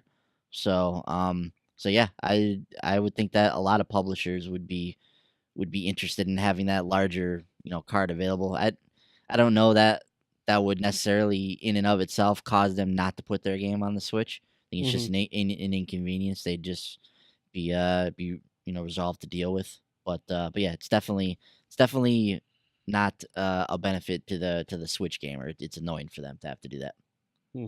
Frank, do you think this will have any kind of impact on some of the bigger titles, the bigger games and people having to download big chunks of it?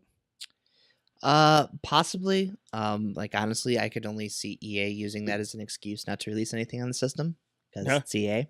Mhm. But yeah, I don't know. Obviously, Take Two did it with LA Noire. We've seen There's another one. Yep. I think it didn't. I think Doom had a pretty hefty amount to download too, if I'm not mistaken. But I don't know. I don't think it's going to deter a lot of them away from doing it.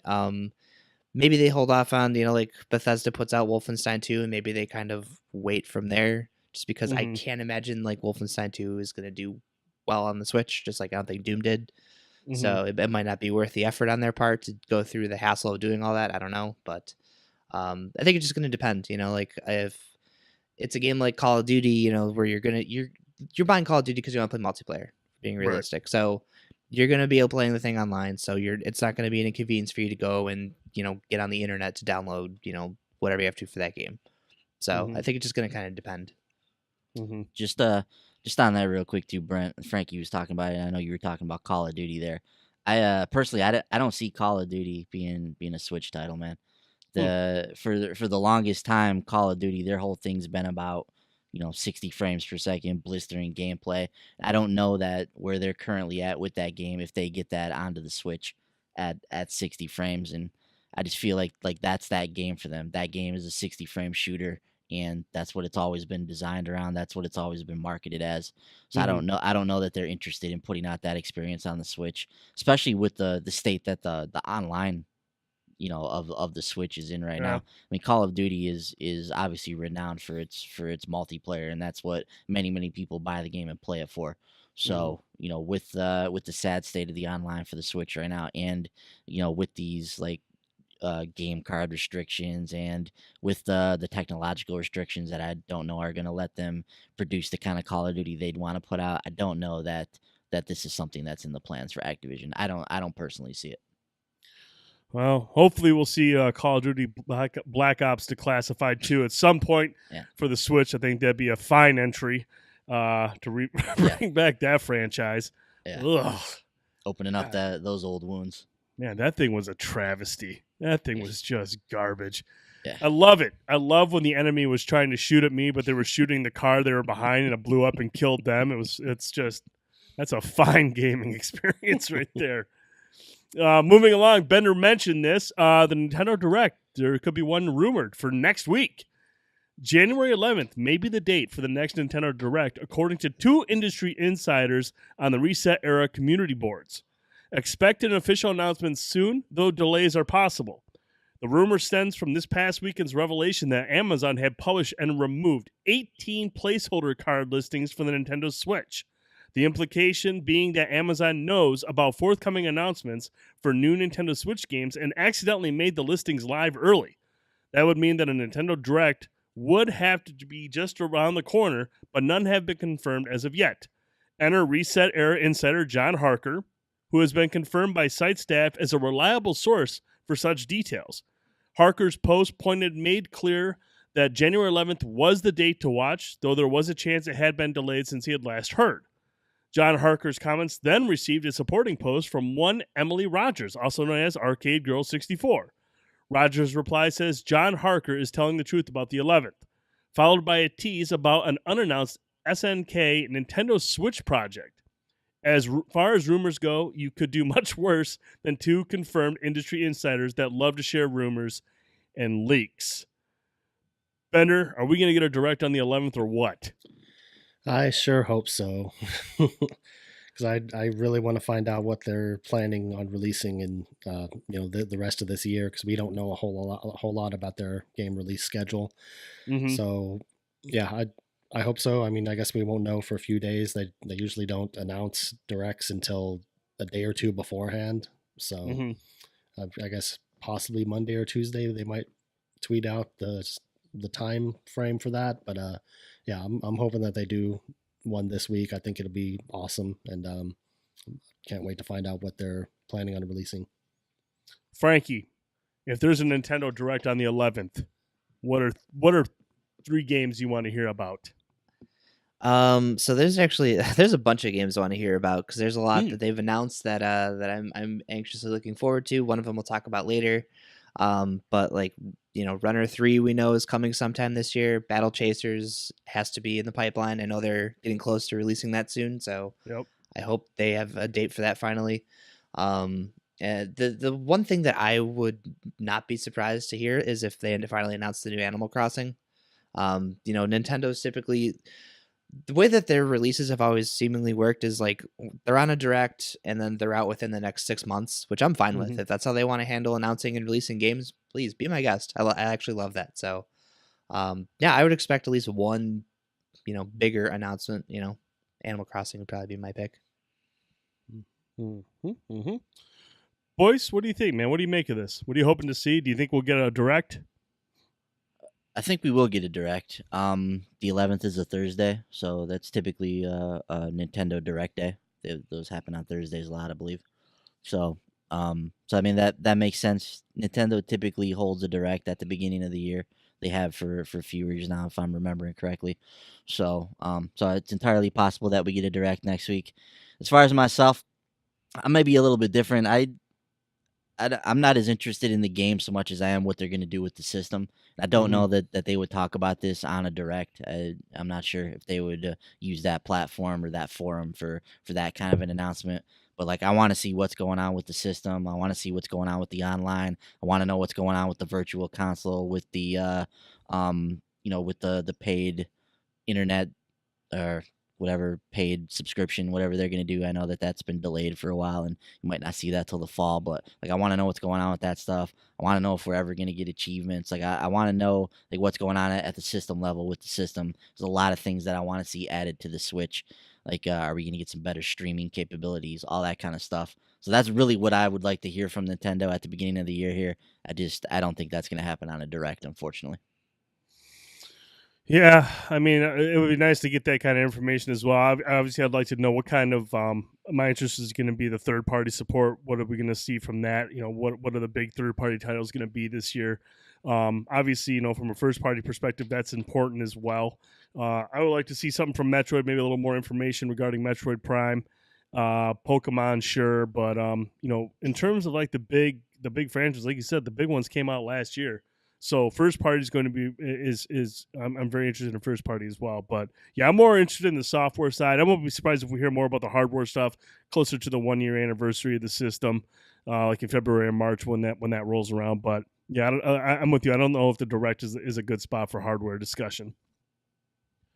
So we'll see what happens this week. A couple more things regarding Nintendo. Dragon Quest Builders gets a Switch release date. Square Enix has announced that the Sandbox Dragon Quest spin-off will launch on February 9th and includes a handful of new items and features exclusive to Nintendo's hybrid console. The Switch version will also include rare materials and additional crafting options not found in the previous release, although details still remain limited as to what the options will be. Additionally, the Switch version will allow players to battle enemies while riding the Great Saber Cub. Cool. What's a saber cub? What is that?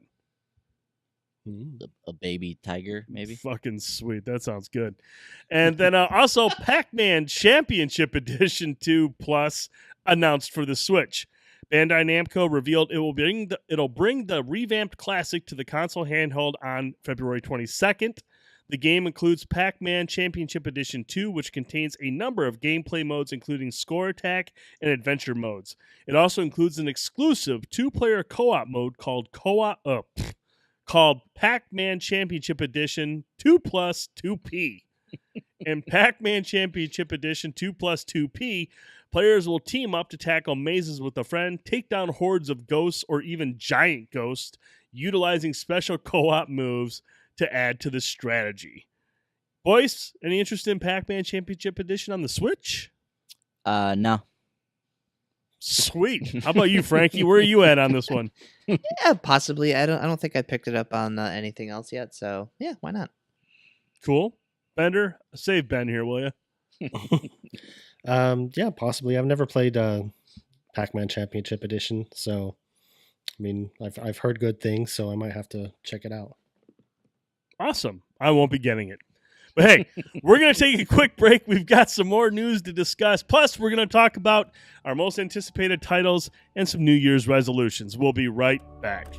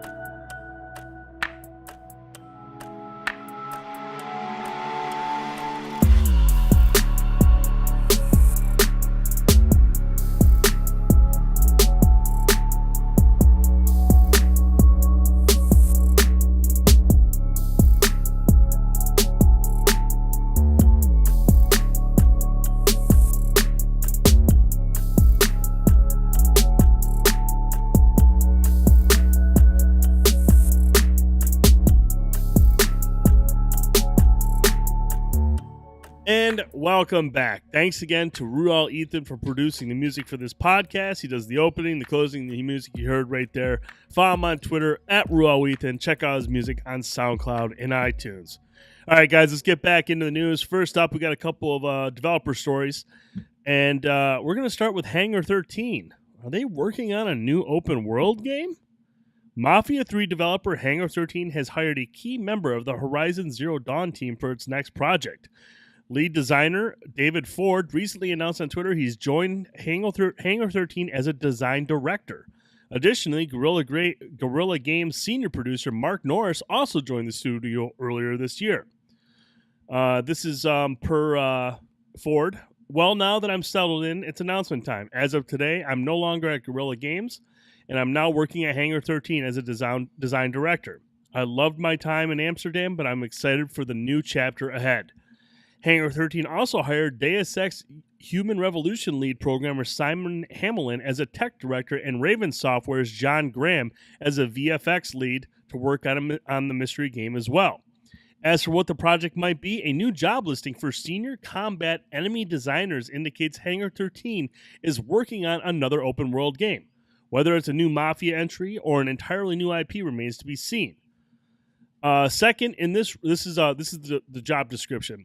Second, in this role, you'll get to do the one thing most creatives in gaming desire most: the opportunity to concept, innovate, and implement some of the world's most unique enemies for an amazing open world game. So, Frankie, you weren't a big fan of Mafia 3, but Hangar 13 has brought in some very, very talented people who have made some very good games. Do you hope they're going to use that to make Mafia better in a new Mafia game? Or are you hoping for a new IP, a new venture for Hangar 13?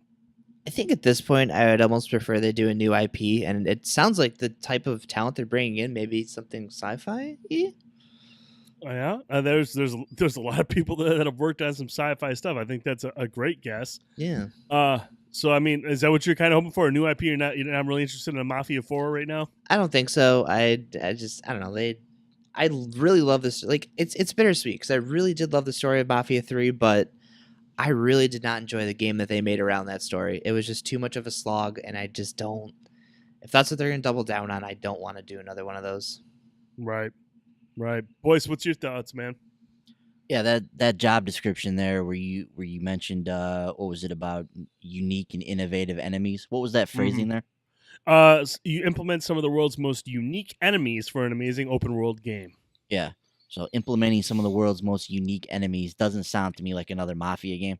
I mean, the enemies in that are like, regular people, and it's a grounded setting for that game. So when you're talking about unique enemies, like never before seen kind of stuff, like Frankie mentioned, that to me speaks to some type of a sci-fi type of experience. So yeah, it definitely sounds like they're gonna dive in and try something new, and they're bringing outside talent in that have experience in some of these areas to help with that, is what it sounds like. So yeah, very, very curious to see what's next on the docket for this group. When you see these developers that they kind of get stuck in this rut making the same games over and over again, sometimes they need to change things up. I mean, you look at Guerrilla Games, they're making Killzone games over and over again, and they change it up and they go Horizon Zero Dawn. It's a huge hit. Obviously, Hangar 13 has a handle on open world games. Maybe the design structure, some of the missions didn't pan out well for Mafia 3, but maybe just a change of scenery, change of an era, change of the genre altogether is exactly what they need. Obviously, they're a talented team. They know how to work open world games. They just need something fresh to try out. All right, let's jump into the world of Xbox. First up, unverified rumors suggest Microsoft's future software plans. This is kind of goofy how this played out, but I'm not going to go down the way that it was listed. But here's what happened this week. Leading up to E3 2016, rumors were running rampant about what Microsoft could be unveiling at the show. An internet user by the name of Clobril accurately leaked the majority of Microsoft's E3 2016 announcements, and now the same user has revealed some of Microsoft's future plans, some of which are likely to be announced this year if true. The biggest news has to deal with three of Microsoft's biggest franchises, Forza, Fable, and Halo. According to Clobril, Fable 4 is in development at an unnamed studio in the UK, and is currently being developed with the project name Wisdom. Meanwhile, Forza Horizon 4 is also in development, and it will be reportedly set in Japan this time around. As for Halo, Colbrell claims that Halo 6 will have a really high player count. Some have speculated that this means Halo 6 will feature a Battle Royale mode similar to PlayerUnknown's Battlegrounds, as that is the latest craze in the shooter genre. However, this could also mean any number of things, like the game simply upping the player count from 24 to 64 in Warzone, a game mode that was first introduced in Halo 5. Colbrell makes some other surprising claims about the future of Xbox games. According to him, or her, a new Perfect Dark game is in development as a part of a collaboration between the Coalition and an unspecified second studio. What's surprising about this news is that the new Perfect Dark will reportedly feature a third-person perspective instead of the first-person viewpoint that the series has utilized so far. Colbrell also says that Crackdown 3, currently one of the biggest Xbox games already announced for 2018, will support 4-player co-op in its campaign. Additionally, he suggests that a new Mech Warrior game is in the works, as is Age of Empires 4 for PC. So now, like I said, this was listed in a completely different way, but I just wanted to kind of give you guys and girls an idea of what he was listing. Frankie, what stands out to you on all these leaks, these rumors here? There's a couple things actually. I think this is the second time now that we've heard somebody mention that Forza Horizon 4 is going to be set in Japan. Mm-hmm. So I'm really hoping that one pans out. I think Japan would be awesome to race around in. Mm-hmm. A new Mech Assault would be wonderful. I'd be very happy with that. The new Perfect Dark thing, that one was the one that I honed in on because I really like Perfect Dark. Obviously when that came out, it was kind of like it's kind of like, you know, meant to ride on the heels of GoldenEye. So it'd be interesting to kind of see what they do with that character going forward.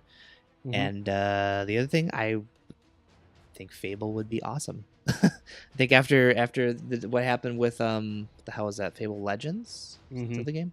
Yeah, so after the whole Fable Legends thing, you know, the next logical step was, look, Microsoft's out here telling you Fable's not dead. Prove it.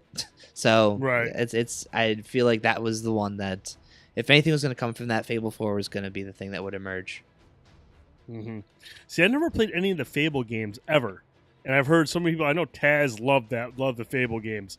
I've always been interested in them, and I would like to see a Fable 4, just so I can finally jump into this franchise and see what it's all about. But Forza Horizon 4, taking place in Japan. Now, Japan is a very bright city, very colorful city in terms of everything that's going on screen. And you think about infamous Second Son, how those visuals in that game looked awesome on a high-def display. I would love to see Forza Horizon 4, because I think Forza Horizon is a much more appealing franchise to me as opposed to a motorsport. I think Forza Horizon is more my type of racer. Mm-hmm. And seeing a city like Japan at night with those lights up on a 4K monitor with HDR would probably be absolutely gorgeous to look at. So I would be down for some Forza Horizon 4 in Japan as well. And then obviously the information about Crackdown 3. I'll talk about Crackdown 3 a little bit later in the show, but the fact that it has 4-player co-op, so now we can all pick it up and play it. I'm already getting it, so yeah, it's fine. All right, cool. You'll play it. I know Ben can play now, and so can Ben. That's awesome. We're all going to play Crackdown 3. It's going to replace Destiny 2 and every other co-op game, so we're good to go. Boys, what stood out to you, man? What stood out to me, first of all, is this list sounds like a wish list for everything that you would want to see on Xbox. So I always get a little leery when we see leaks like this, and they're all that kind of stuff that like everybody wants, and it's all in one list. So I don't know about the veracity of the claims here, but some of the stuff seems plausible. Like you mentioned, the Japan Forza Horizon thing. It seems very, very possible that they could set the next game somewhere in Japan and have you driving through there. So that sounds like that would be a lot of fun. You guys mentioned Fable, to have Fable come back in some way, shape, or form. Would be something that a lot of fans would get excited about, like an actual Fable game, not this like weird offshoot. They kept trying to do all these weird offshoots of Fable instead of just making another Fable game for whatever reason towards the end of Lionhead there. So I know a lot of people would be excited to see them kind of get back in the fold with that. You didn't like Fable the Journey? Yeah, like Fable the Journey or Fable Legends. Yeah, just any number of strange Fable. What's the and they have a card Fortune game or something too. Yeah. So all kinds of weird Fable stuff other than an actual Fable game. So I know people would love to see that. And the Perfect Dark thing just sounds really weird to me. the fact that they would bring it back as a third-person shooter and bring in the Coalition to help. The Coalition was created to make Gears of War games, so I don't know how much they would contribute to a perfect Dark game. That seems like a weird part of the rumor, or a weird like kind of meshing of stuff there. So I don't know how accurate that is, but who knows, man. But like I said, this sounds like kind of like a fan's wish list of everything they'd want to see from Xbox this year. So if even half of this stuff comes true, that's a lot of good stuff for people to get behind. Bender, anything stand out to you? I'd be interested in seeing the return of the Fable franchise. I don't have a lot of experience with the franchise, but I have played the first one just a little bit back in the day, and I thought it was really cool. I need to check out Fable 2 and Fable 3 at some point, but yeah, that seems like a series that fans would want to see return, and Forza Horizon in Japan would be cool. I mean, they've got some very cool metropolitan areas, and they also have some beautiful countryside that you could race through. So I think that'd be really fun to do too. Mm-hmm. PlayerUnknown Battlegrounds has hit a new milestone of 3 million concurrent players on Steam, as PUBG Corporation looks to expand to platforms beyond PC and Xbox One. Did you guys see the stat on this? Like concurrent on Steam was like 3 million plus, and the next closest was like 500,000 on Dota 2. I mean, it's not even close. This thing is just an absolute phenomenon on PC, and it's doing very, very well on Xbox One in terms of like sales. But man, this thing is it's not even close on Steam. You could take like 3 or 4 games on Steam, add them up, and they're not going to compete with PlayerUnknown's Battlegrounds. It's just ridiculous. Yeah. But the milestone was revealed in a tweet by PlayerUnknown himself, Brendan Green. He posted Steam statistics on Twitter, the ones we just showed you there. But UBG Corp CEO Chang Han Kim has revealed in an interview with Invin Global that he would like the game to become a universal media franchise, saying that the final goal would be to launch the title on every platform. This means that the developer does plan to expand beyond the current available PC and Xbox One versions of the game. That could take some time, however. The CEO makes clear that PUBG will be an exclusive title on Xbox One for some time. We are still in the stage of learning the console development environment and console gamers' tastes. We need to think about other platforms after evaluating and completing the Xbox One version first. So obviously they want to get this thing on every platform. It is going to come to PlayStation 4 at some point. Can it come to the Switch? Huh? To the Switch? Anybody? PUBG? Sure, Switch? that game looks like shit. Why not? Not a terribly demanding game, and playing it at 30 frames on the Xbox One. That sounds like an improvement. Fine. Yeah, it does. I played it earlier today, and it's one of the first times. I'm not sure when the latest update came out, but I was off in the distance, and usually when anybody would come in within range, the aiming would just go to crap due to the frame rate. And I was able to line up a couple of good shots and drop a guy from a distance. This is something I was not able to do in previous builds of the game. I don't know if there was an update or if something has changed server side, but it was the first time in a while that I was able to aim down the sights and get a distance kill and not be all over the screen with the frames and trying to line stuff up. So it is coming along nicely. It is running a little bit better on the X. I'm not sure about the base model, but it's coming along. It's getting there. It's going to just be a work in progress, but we'll keep it on PUBG only because this is probably the funniest story of the week. The publisher of LawBreakers, Nexon, believes that the launch timing of the shooter was unfortunate, with PUBG becoming available as well. That's what Nexon Chief Financial Officer Shiro Yumura said during the company's first recent financial earnings call with investors. According to the executive, they had very high expectations for Boss Key Shooter, but the market environment proved very tough with PUBG around. Here's what he had to say. Our results in North America in the third quarter were below our outlook, mainly due to the sales from LawBreakers being below our expectations. LawBreakers is a unique first-person shooter developed for core users. We had very high expectations for its launch. However, the timing of its launch turned out to be unfortunate, specifically with the blockbuster PC online game PUBG came out right about the same time, 5 months earlier, might I add, making the market environment very tough for first-person shooters in general and for LawBreakers. Bullshit. Wasn't For them to sit- wasn't tough for Call of Duty. Yeah, Call of Duty did just fine. I love that he mentioned that. Yeah, we kind of came out at the same time.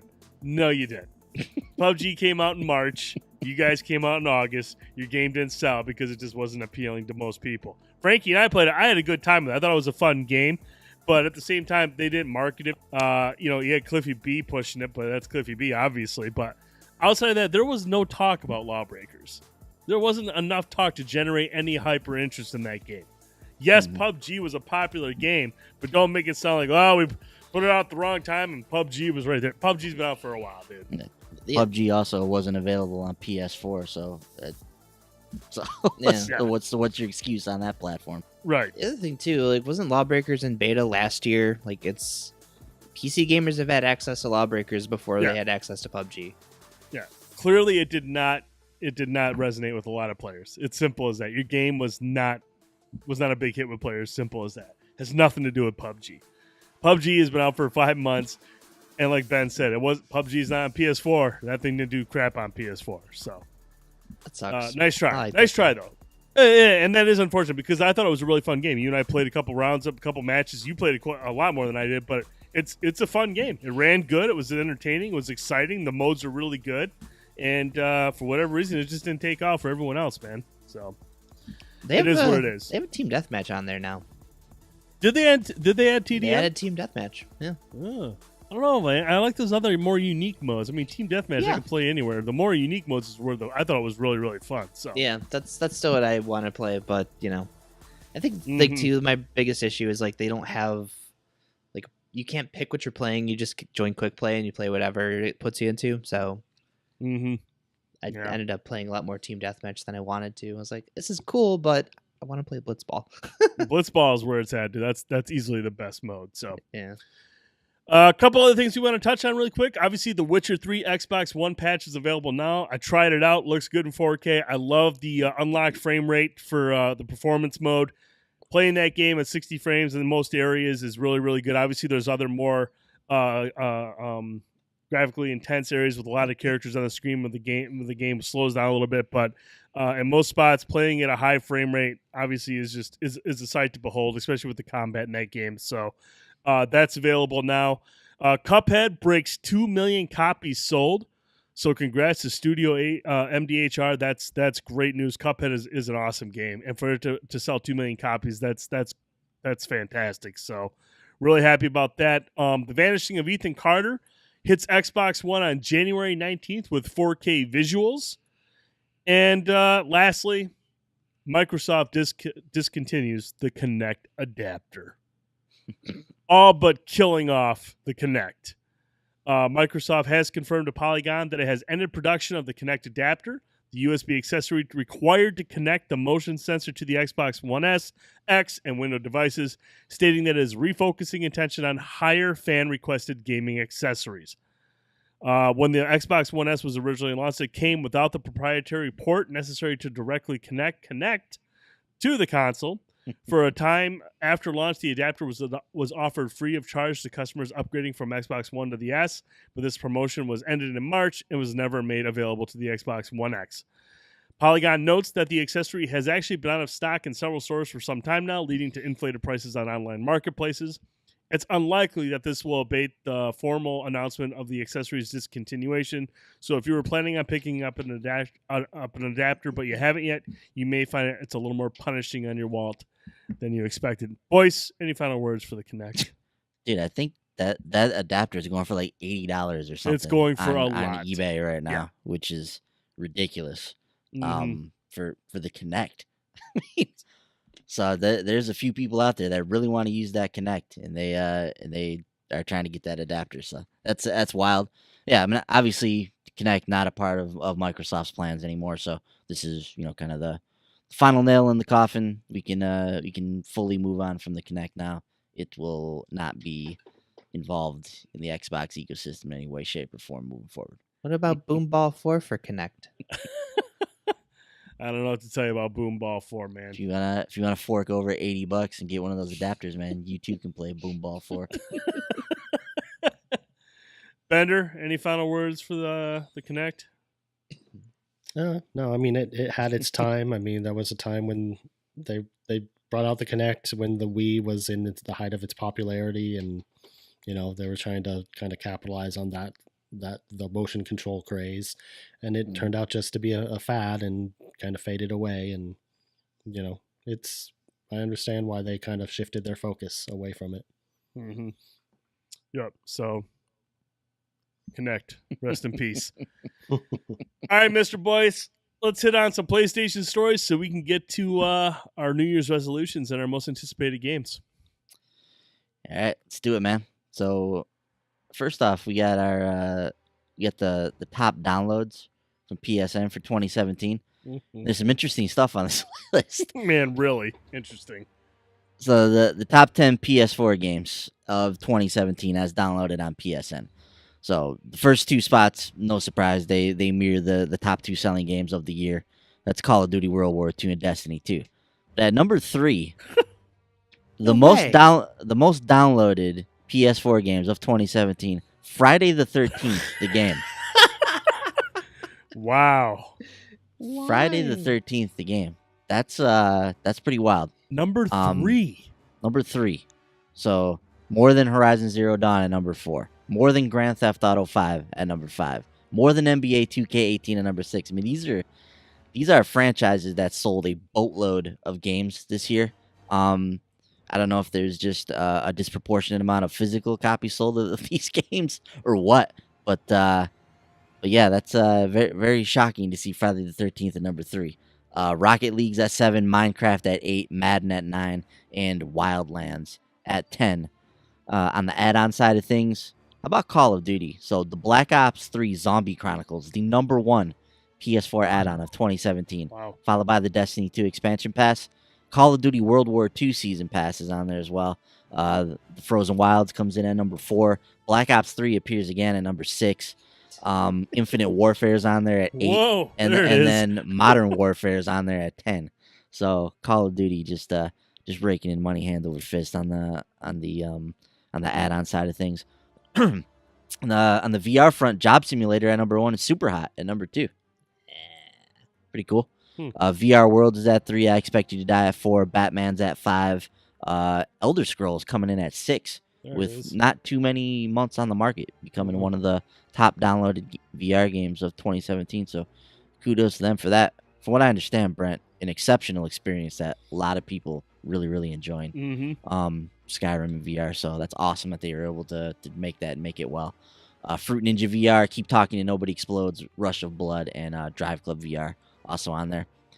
Then we've got the Vita games and the PS Classics as well. So, Brent, anything other than Friday the 13th stand out to you on there?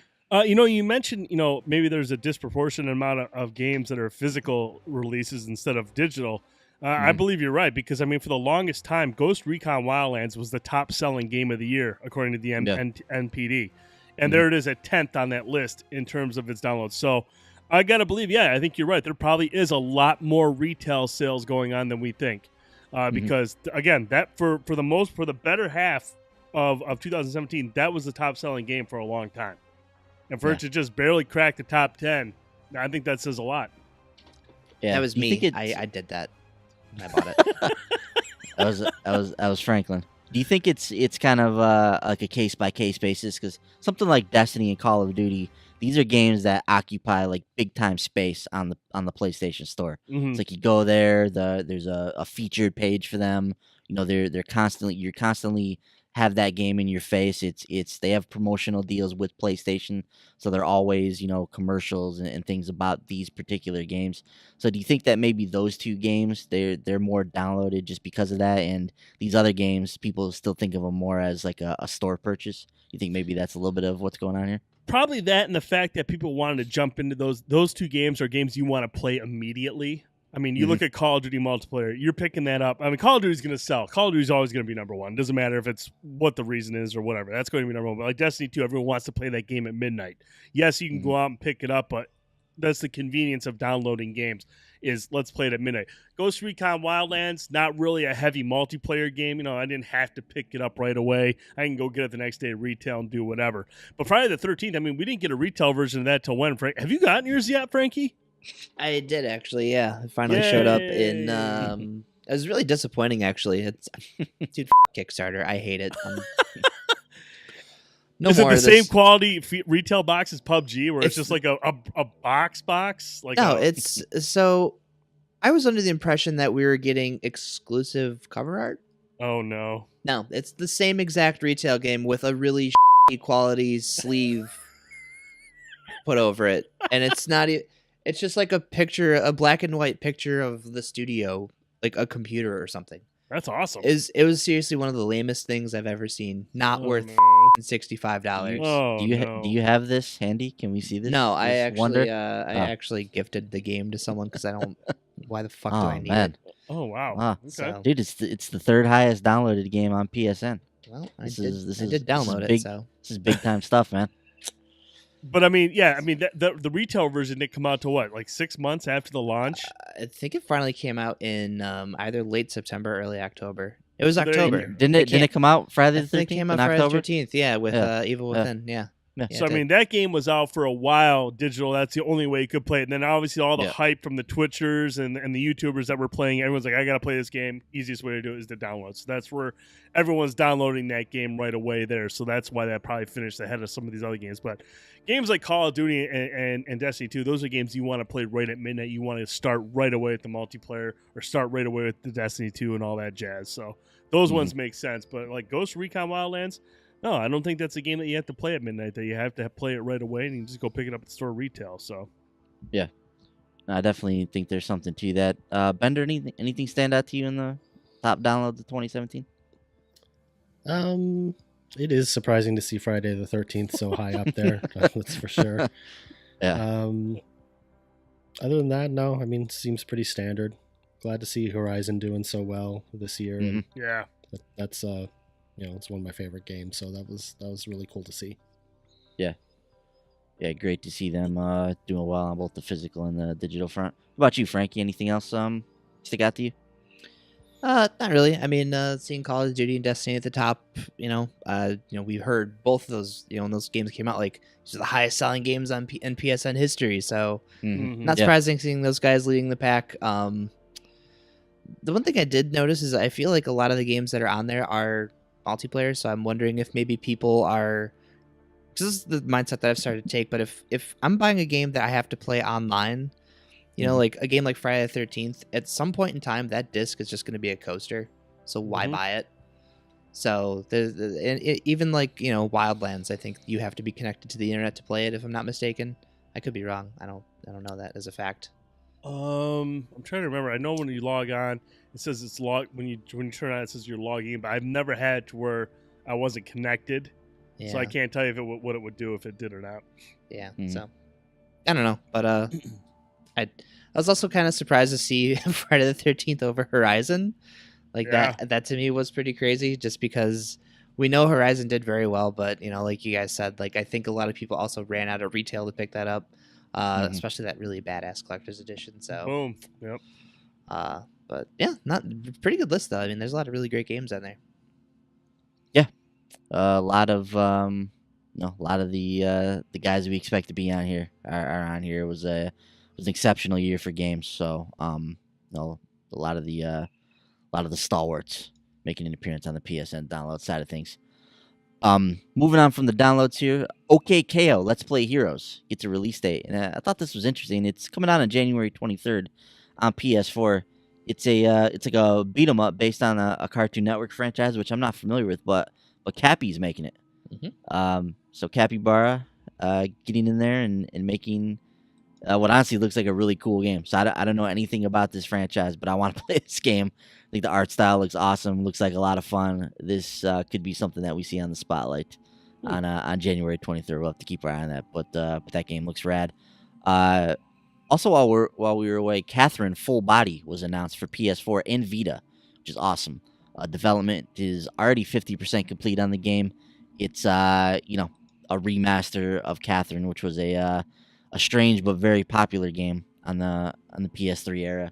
So really cool to see that coming to not only PS4 but the Vita as well. It's been confirmed for the West, so we know that it's coming over here. Don't have any official release date on that yet, but we'll keep our eye out for that. So that's awesome. So I think they're adding another What is she a dream or something? They're adding another character. Yeah, they're adding a third girl named Rin. Yeah. She's a pianist hired at the Stray Sheep Bar. Rin is more gentle and unassertive, and whose role in the narrative will be split between Catherine and Catherine, with a C and a K.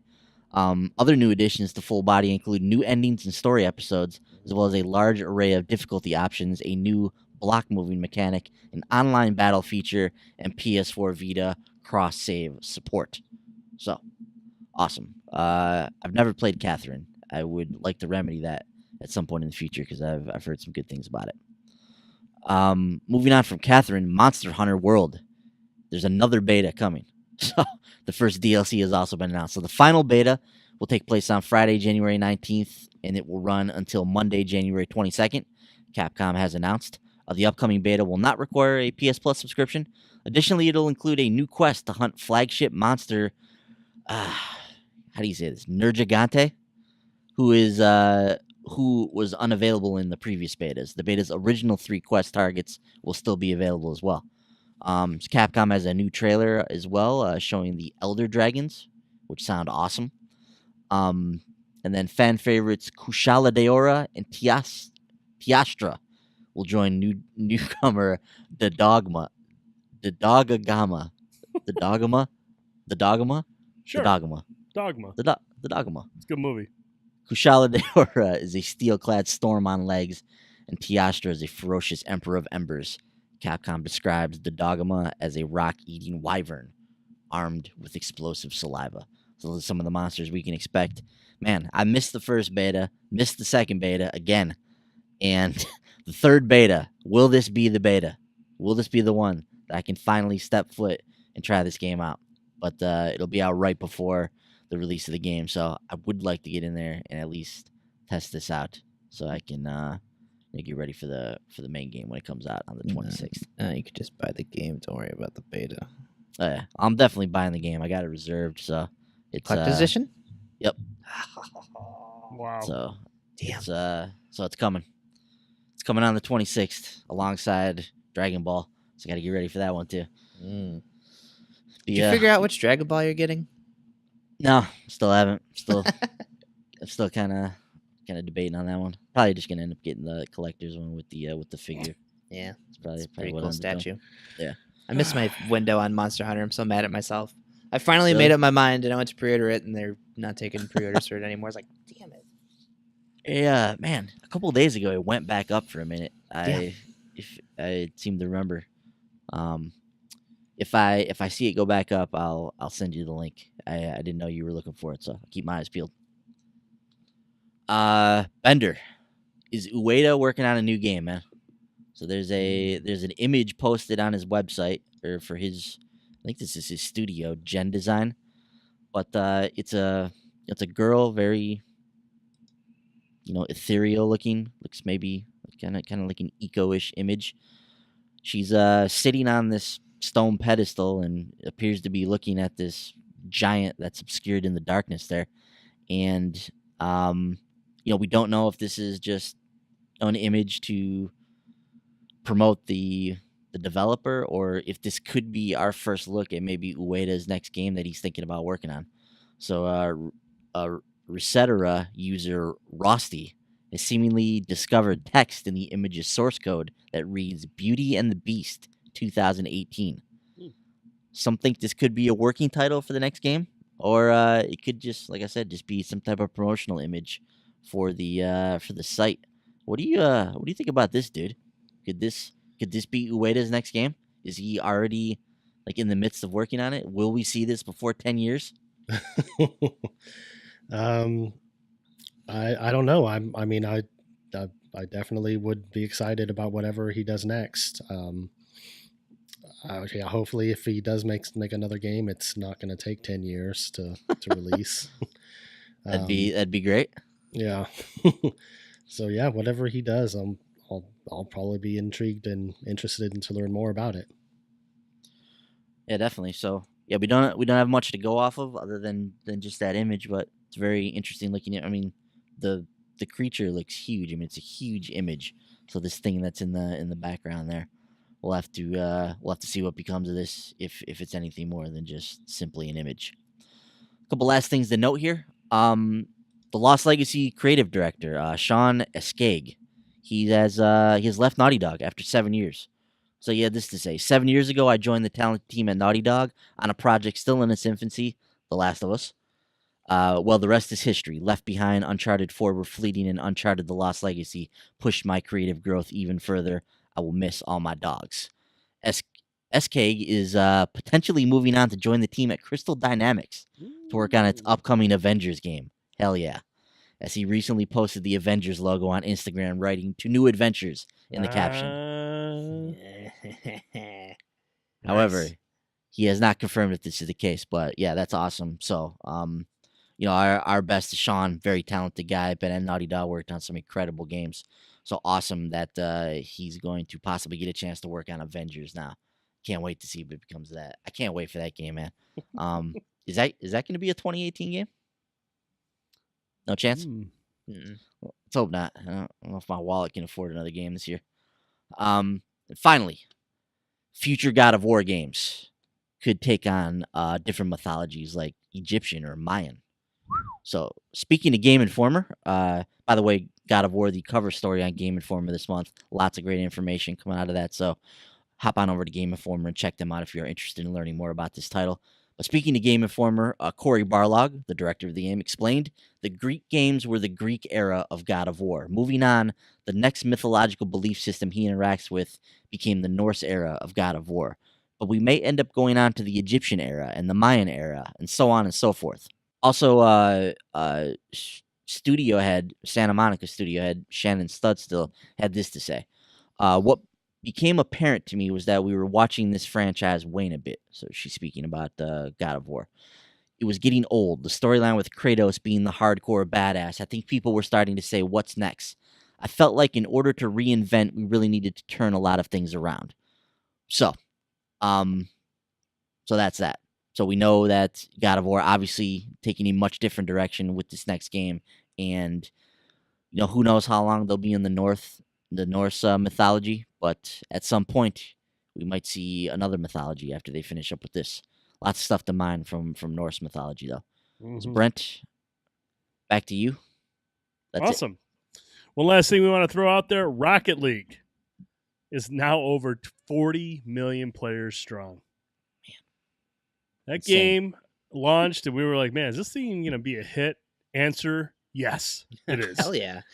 What's crazy is 2 weeks ago they announced 38 million players. So over the course of like the last couple of weeks, they've added 2 million more players. Man, Switch, man. Yeah, Switch came into play, so that definitely helped. But, I'm pretty sure it's sitting at the top of the bestseller list, if I'm not mistaken. I remember I seen it up there not too long ago. I seen it at the top of the list. So, yeah. Hey, kudos to Psyonix. That's 40 million players strong. Good for you. Yeah. That's great. All right. So that's the news. Let's get into our most anticipated games of 2018 as well as some New Year's gaming resolutions. We'll start with most anticipated games first. Franklin, start us off. Your first choice, sir. All right. So I alluded to this one earlier, and just for some reference here, I do have a list that will probably be up on the site sometime this week. So I'm not going to pull anything off that list. So all this is going to be kind of like the follow-up, except for the first game I'm going to mention because this one's actually my honorable mention. And that game is Hollow Knight. So I put it as an honorable mention because it is available on PC right now. You can play it on Steam. It's out. But it's going to be coming to the Switch sometime in the next couple months, and this is like a Metroidvania, kind of like meets like Assault and Sanctuary type of game. You have these really difficult boss fights, a lot of platforming. Looks really cool. It's set in like this kind of bug world. So I think Hollow Knight himself, Grimm, is a beetle. So, but I don't know, the game. It looks great. Soundtrack is amazing. It tickles like all the right things for me, and I really can't wait to get my hands on that one when it comes to the Switch. It's a good choice. I'm going to start off with Firewall 0 Hour just because I think 2018 is going to be a very important year for VR. I mean, we've kind of gone past the, okay, look, here's the experiences, the short experiences, to see what VR can do. Now it's time to see what VR can really do in terms of like bigger experiences, bigger games. You know, we've got Inpatient, we've got Moss, we've got Star Child, all these great games. But the reason I'm interested in Firewall Zero, obviously, is because it's a first-person shooter, but it's in the vein of like Rainbow Six Siege. It's a tactical 4v4 shooter, objective-based combat.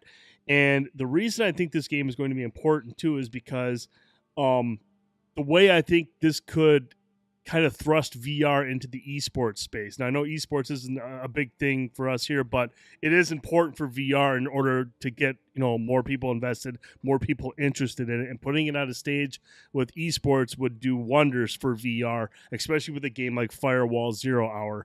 I think this game looks awesome.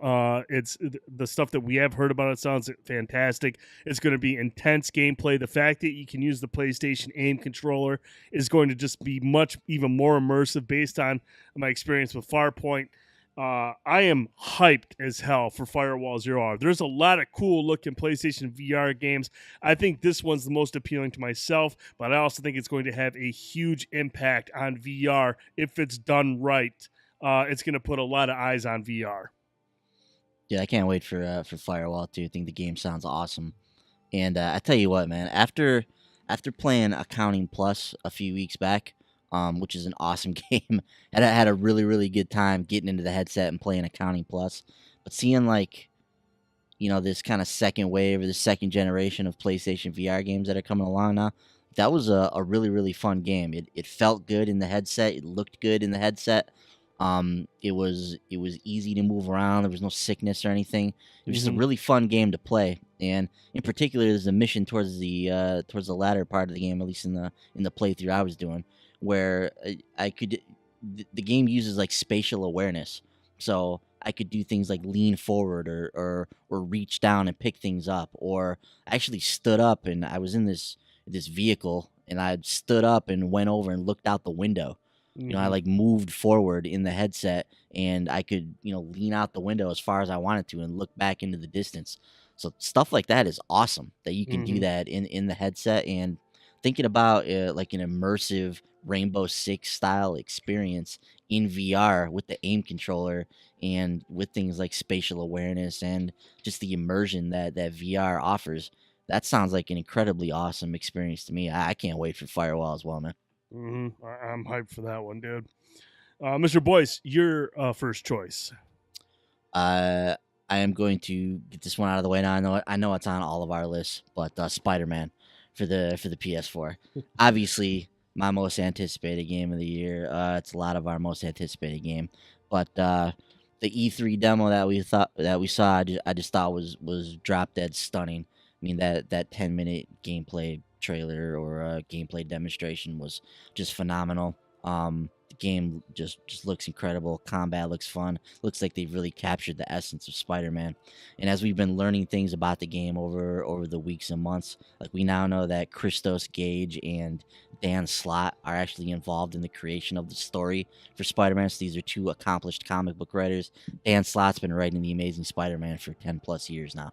So he's in the midst of an epic run on that title. He knows the character better than anyone else out there. So to see that they've brought him in to work on the story for the game, that really gets me excited about what they're going to do with the villains and with the characters and where they're going to take this. It reminds me of when they did the Arkham series. You know, when they did that, they brought in Paul Dini. They brought in a guy who had written the comics and written Batman the Animated Series, somebody who's intimately familiar with the character, and they brought him in to work on the story. And that's what they're doing with Spider-Man here. So obviously the team at Insomniac is incredibly talented. They've made tons of great games over the years, but just looks like as we stand today, like they were born to make Spider-Man. Like they've been waiting to make this game, and now they're bringing in the right people. They look like they are just about to knock this out of the park. We've seen stuff with Peter Parker, with Mary Jane, and we from what they said, there's going to be a ton of villains in this game. So Spider-Man's rogues gallery is amongst the best in all of superhero-dom. So to think that we're gonna be able to get in there and go toe to toe with a lot of those guys in a game that's as gorgeous as this, dude, I cannot wait for this game. I mean, this is one of those games where I may have to take time off work when this comes out. I mean, this is this is going to be one of those type of like transformative experiences. Spider-Man's had some cool games over the years, but Batman Arkham took things to the next level. It really raised the bar for what superhero games could bring to the table, and Spider-Man looks like it's going to raise the bar once again. Just incredibly hyped for that game, man. Yeah, I think you basically speak for everybody here. I think we're all really excited for Spider-Man. It's going to be a big time title when it releases. Obviously, Insomniac is one of the best developers out there, and like you mentioned, a lot of the people working on it, they know Spider-Man inside and out. So expectations are very, very high for this game, and everything's in place for those expectations to be met. So hopefully, it's a 2018 title. Yeah, one of the best E3 demos I've ever seen, man. So I just pumped. Yeah, I can feel you. I know they're in God. the middle of a studio-wide playtest right now, so I gotta Yes. imagine they're at the home stretch. So Dude, these guys keep tweeting about it. They I keep know. showing the Spider-Man logo on their PS4. I'm like, damn it. yeah, Yeah. Guys like, yeah, I just finished my third playthrough. Well, whoop-de frickin' do, man. thanks, Ted. Yeah, thanks, man. Jeez. I would expect that thing to hit in the fall. It has to at this point, right? Like that's probably what the track we're on.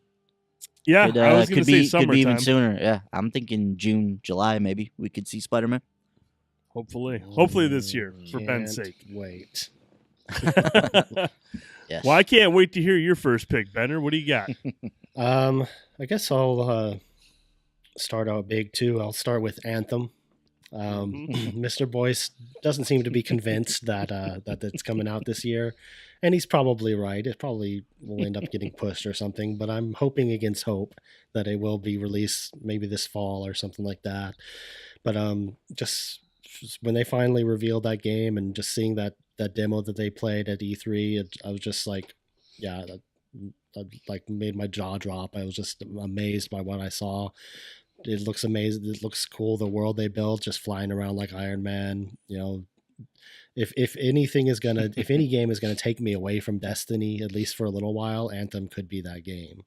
It just looked amazing, just to be able to explore that world, even underwater. There looked like there's stuff to explore underwater and everything, fighting big monsters and all kinds of stuff. So, yeah, whatever that game turns out to be, it just looks like it's going to be great. So I'm really hoping it comes out this year, and if it does, I'll be there day one. I'm going to chime in on this right now because Anthem's on my list as well. So I'm just going to tag this with Bender, but I'm excited for this as well, Bender. And the reason I'm excited for it is because I really think this is a game that could take me away from Destiny 2, not just temporarily, but for good. Simply because what we saw in the trailer, we saw, like you mentioned, you can fly around like Iron Man. That's freaking awesome. The game looks like it's beautiful. It runs very well. But the biggest thing that's appealing to me is BioWare is behind this title. And if anyone can write up a really, really, really good story with awesome characters and well fleshed out lore, it's going to be BioWare. And if I can get a Destiny type of game, a Destiny style game with an even better story, where I can fly around like Iron Man with three of my buddies carrying out missions, that's the type of game that's going to pull me away from Destiny forever. I hate to say it. I love Destiny. I love Destiny 2. I love the time I've spent playing Destiny. But Anthem, if it delivers, is going to be a game I'm going to invest a ton of time into. And that's why it's one of my most anticipated games. I think Anthem looks incredible. Mm-hmm. I actually pulled this game off my list after Destiny 2. The big reason I fell off of Destiny 2 is just at the point we're at right now, if I play Destiny 2, I'm playing it by myself, and it's not fun. I don't like playing Destiny alone. It's boring. So I'm hoping, like, I keep going back and forth on Anthem because it's BioWare, so you would hope that the core game itself is fine if you're playing it by yourself. But the fact that it's 4-player co-op leaves me hope that, I'm not going to run into the same problem I'm at now. Like Destiny 1, it wasn't a problem because we had a huge group of people we were playing with. And that's not really the case this time around. So I just I'm kind of lukewarm on Anthem just because of that. Just I'm now concerned, like, if I'm going to end up playing this alone, is the game itself going to be fun enough for me to want to, keep playing it? Mm-hmm. So I think Anthem looks awesome as well. I mean, it's like you guys said, flying around in a like an Iron Man suit, doing Destiny things. Like, sounds great. I just like Bender alluded to, I'm just not convinced that this is a 2018 title. Mhm. Do you guys like gun to head think that Anthem will be released in 2018? I'm leaning towards no. I'm not. It's gonna get pushed early next year, I think. I'm hoping. That guy can I'm dream. hoping. Yeah, he can. Yeah. Dream Have away. they said they've said fall, right? Fall They said 2018. fall, They've yeah. said that's kind of the goal. So yeah, it's very possible. I mean, whenever Anthem comes out, I'll be there on day one, right with you guys. I can't wait for Anthem. Think it looks great as well. I just I'll believe it when I see it in 2018. Fingers crossed. Yeah. All right, Frankie, game number 2. All right, so game number 2 for me is going to be Yakuza 6. I fell in love with Yakuza 0 at the beginning of last year. I have Kiwami. I just got a PS3, so now I can play 3 through 5. So I'm planning probably April-ish. I'm just gonna binge on Yakuza games for the entire month. And plus, I think Yakuza 6 has probably the coolest collector's edition coming out. Yes. It's got some really nice looking drink glasses with it. So, but yeah, Yakuza is awesome. The story is great. The characters are a lot of fun. Even down to the side missions, they're just so freaking goofy and weird. I love it. Like I cannot wait to just get lost in like that story, that world. It's gonna be great. I like that. That's a good choice there. I actually have Yakuza 0. I would like to jump into one of these games and finally try them out. I mean, I've seen you play them 100 times. I've heard you talk about them 100 times. I definitely need to get in there and check it out. And I also pre-ordered that collector's edition because I want the drink glasses. Yep. Plus, I'll have the game. But yeah, that is a sweet collector's edition. I'm really excited for that one. So that's a fine choice. I ordered that one too. Yeah. Yeah. Bender, you gonna be the odd man out here? Maybe. You don't want fancy drink glasses and a free game. No, he goes, I'd rather have just a glass mirror about this big. I don't need a drink glass. And a credit card. No, I'm just joking. I'm just joking. Bender is like seriously the furthest thing from that. All right. So my next choice is going to be God of War. I really, I know, shocking. I love the God of War franchise. I love the games. I know Kratos isn't a huge hit with a lot of people. I love Kratos. I think Kratos is a badass, but I love controlling Kratos. I love whooping everyone's ass with Kratos. And the fact that they're going with a much different approach this time around, like you mentioned, they're exploring Norse mythology. He's bringing his son along. That allows Sony Santa Monica to possibly flesh out Kratos a little bit more instead of being a one-dimensional killing machine. Maybe they could do something for him, much like Machine Games did for BJ Blazkowicz in the Wolfenstein games. Make him a more meaningful character, give him some backstory, flesh him out, make him more three-dimensional. So, from what we've seen in the trailers and what we've seen in the gameplay demos, this game looks awesome. It looks fantastic. The combat looks great. The bosses you're going to run into, the big ogre that we saw in the one, this game looks awesome. I am fired up for God of War. I'm ready for this baby to drop this year. Yeah, man. God of War is on my list as well. Just absolutely stunning looking title. They've been working on this game for a really long time. I expect this to be an incredibly polished experience when it does finally come out. I expect us to actually get like a really solid story from this game. God of War in the past never really been about the story, and that's fine. It's just been about being a badass and beating the hell out of gods, and that's like awesome. Mm-hmm. It's been an awesome experience, but yeah, to throw in this whole like new side of Kratos and have his son involved and being in Norse mythology, which is one of my favorite mythologies. So all the things that mythology is going to offer, I can't wait, man. And knowing that this is going to be like a 25-hour experience. It better have a story. Yeah, so it's gonna have a story. It's gonna have some more open-ended, explorable areas. It's still gonna be a linear title, but there's gonna be some more exploration-based things in the environment. God of War, man, is gonna be a stunner. I think we're probably gonna see this one in a couple months. Man, I hope so. I am hyped as hell for God of War. Frankie, you with me on that? Dude, hell yeah. I got it pre-ordered digitally. Jen's yeah. a massive God of War fan, so That's probably gonna be like the next game that we hop into with each other. She's probably gonna play most of it because she loves God of War. So who am I to get in her way, you know? But I can't wait. That's one of the like 3 games I think I have pre-ordered on PSN right now. So midnight, whenever that thing comes out, we're ready to go. Now, if there's any guy here that would appreciate Kratos slamming some poor sap's head into a wall and breaking into 1,000 pieces, Bender, I gotta believe you're hyped for God of War, right? Meh. Not so much, he says. Not He's so like, much. That's real life activities. That's not a video game. That's what I do on my weekends off. Mr. Boyce, your next title, please. My next title is Guacamelee 2. Yes. I love Guacamelee. I've said this a million times, but it's one of my favorite Metroidvania games that's not named Metroid or Castlevania. I think it's a really sterling example of how to do that genre.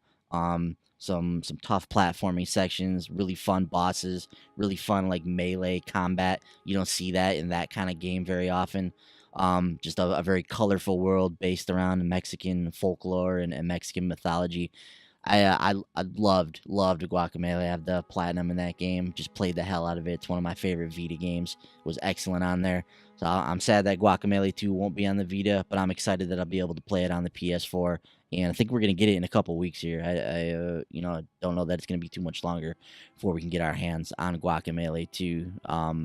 Definitely we'll be firing that one up on the Indie Spotlight. But Drinkbox makes great games, and just pumped for Guacamelee 2. I hope Flameface is back because he's one of the great characters in video games, and I'd hate for him not to make another appearance. But man, some great characters in Guacamelee. Flameface, Jaguar Javier, another just excellent boss battle. Can't wait, man. Yeah, that game has a great sense of humor too. I know I laughed out loud several times playing through that game. I love the art style. It's definitely a challenging game. Like you said, so many treetops. Yeah, yes, the treetops. Oh my goodness, wanted to throw my controller a few times playing that area. Yeah, the combat is really difficult and fun, and just such a well done game. I've wanted a sequel ever since I first played that game. So yeah, that's definitely on my list too. Just an extremely polished, just really good 2D side scrolling experience. I'll be diving into that one head first when it comes out. Underrated soundtrack too.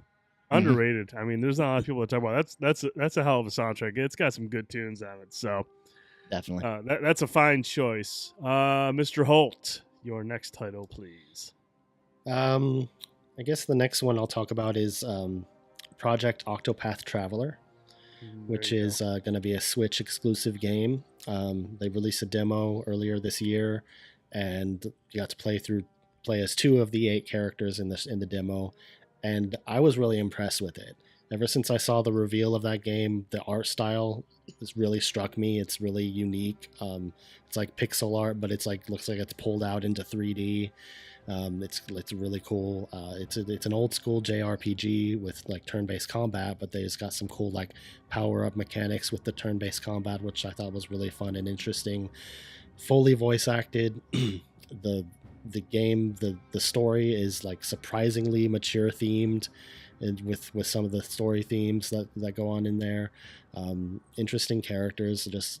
I was really impressed by that game, and I can't wait to play the main game and find out what the other 6 characters are like and see how it all comes together. But I really enjoyed what I played of that, and I'm looking forward to playing that on my Switch. I too really enjoyed that demo. The music was really good. Oh yeah. I didn't quite like grasp the combat, but I assume over time when I actually get my hands on the game, I will. But it seems really promising. I thought the writing was really good. I was actually really surprised with kind of how not a kid's game that is. So yeah, me too. But yeah, I'm excited for that though. I think the game's going to be very good. Yeah. Hey, talk about these themes this game takes on. I got that demo. I haven't fired it up yet, but I'm gonna make a point to check it out this week for play sure. Play through Primrose's story, and you'll see what we're talking about. Noted. All right, Frankie. All right, my next one. So this one was actually on my anticipated list last year. Got delayed naturally, and that's Vampire. So this is the new game from Don't Nod. We saw a little bit a demo from E3, and it looks like it's going to be a lot of fun. I'm really interested to see how the story is. Obviously, they kind of set the bar high for themselves with Life is Strange, but I think kind of like going a AAA route, I have higher expectations for a story they can tell, especially in a setting like that. You're a freaking vampire, so but yeah, I can't wait. I don't know. I don't know if they said spring or just early 2018, but that should be coming out very soon, and I cannot wait to finally play it. Yeah, based on the things that we have seen, I think that game looks really, really good as well. That's what I'm very interested in and checking out when that drops. That's a good choice. I've been very, very curious about that game. Mm-hmm, mm-hmm. Let's see. The next one I'm going to go with is Dreams. Little Big Planet was a great series, but I think Dreams is going to be what they've wanted to make this whole time. Little Big Planet, you played these creations from as a platformer. In Dreams, you're going to be in this world, in these dreams, these areas that you're going to explore. People are going to have all sorts of new resources and tools to work with. You're working on better architecture with the PlayStation 4. So it's going to be even more unlimited in terms of what you can do compared to like Little Big Planet. I mean, this game we weren't sure what this game was, but this past PlayStation experience, we got a really good idea of what it is. But the main thing I'm looking forward to this is the PlayStation VR implementation. How is this game going to play out in VR? If there's one thing about this game that sounds incredible in VR, is you're going to be exploring people's dreams. You can do so much in a dream setting, and to explore that in VR with the way that we've explored other experiences in VR, Dreams is one of the biggest potentials for VR, one of the most promising titles for VR, and depending on how much they implement into the game. But I'm really excited about Dreams. I'm very excited that Media Molecule has been able to come out and say, hey, look, here's what this game is. Here's what you can expect. And, for a while there, we weren't sure if this game was even going to come out. Now it's one of my most anticipated games. I can't wait to see what Dreams is all about. Yeah, I agree. The thing about Dreams for me is like I had little to no interest in it at all until I saw the interview at PSX when they were talking about all the things you can do in it. You can create your own music and make a music video if you want. Yes. You can create a platformer level. You can create a rhythm game level. You can create a shoot 'em up. You can create basically any type of game you want. And the campaign you play through was all made completely in the game engine with the same creation tools that you're going to be using. So yeah, I'm really intrigued by that game. I'm seriously going to try to make some cool stuff in Dreams and see what kind of stuff other people can make. I want to make like a rhythm game or something like that. I think that'll be really fun to try. And my interest went from like 0 to 100 for that game after seeing that interview. So I'm looking, that's on my list too, for sure. Yeah. I'm just hyped to see that one, man. It's going to be great. I just, oh God, I'm really excited for it. It had an exceptional showing at the Game Awards PlayStation Experience weekend. So that game, when we talked about it, that was one of the big winners of that weekend. Dreams. I'm incredibly interested in that game now as well. I mean, like Bender was talking about, just the breadth of stuff you can do in that game, and just watching that guy like make music videos, and the fact that you can basically make a whole music album through the suite of creation tools in Dreams is unprecedented for a video game. So you're really going to be able to get in there and make whatever the hell you want, which is crazy. And I love that the campaign itself is a mixture of 3 different styles of games that kind of intertwine and tell a story that eventually comes together. And there's actually a mode in the game where the game will automatically like grab 3 people's games and like remix them into kind of your own campaign that you can play through. So basically you have an endless amount of campaigns and things that you're going to be able to play through. So yeah, Dreams is a really, really exciting project. I personally can't wait to see it either. You can even record voice acting yourself and stuff. Voice acting. You make a whole damn RPG. Yeah, we can work together, make an RPG and like voice our own characters and put that out for people to play. I think that'd be awesome. The Can I short play- pause experience. Yeah. Can I play a drunk ogre in your game? A drunk Sure. ogre. I think that'd be a sweet So role. real life. Yeah, just Real life flatulence. Flatulence. just Yeah. farting into a microphone all night. Here's Yeah. another one, guys. All right, Mr. Boyce, you're up next. My next game is going to be an interesting pick here, Blood and Truth for Yeah. PSVR. So this is another game. I was so impressed by this demo at PlayStation Experience. What they had, they had them on the stage there. They were on there for like 10 or 12 minutes, whatever it was. But I thought this game just looked absolutely stunning. I mean, this is another one of those games, like the next wave of VR titles. This is kind of the London heist, but taken to the next level. So this is the stuff that they started in there. Brent, you just went through this experience. You know how cool the London heist is. So to see them take like some of the foundation that they laid with that, develop it into a full game, it's gonna look better. It's gonna play better. It's gonna be so many more things you can do. Just watching that demo, watching the shootouts, watching you basically like this badass secret agent going through these missions, and just the immersion and watching everything play out, and interrogating guys and like shooting him in the leg to get him to give you information. Like you can pinpoint different body parts. I mean, just some of these things you can do, and you could just blow the guy away if you wanted to. like you don't wanna get any information from him. Just take him out. If you want some information of him, shoot him in the foot. See if he starts talking. I mean, stuff like that. And just some of the action sequences. That game looks awesome, man.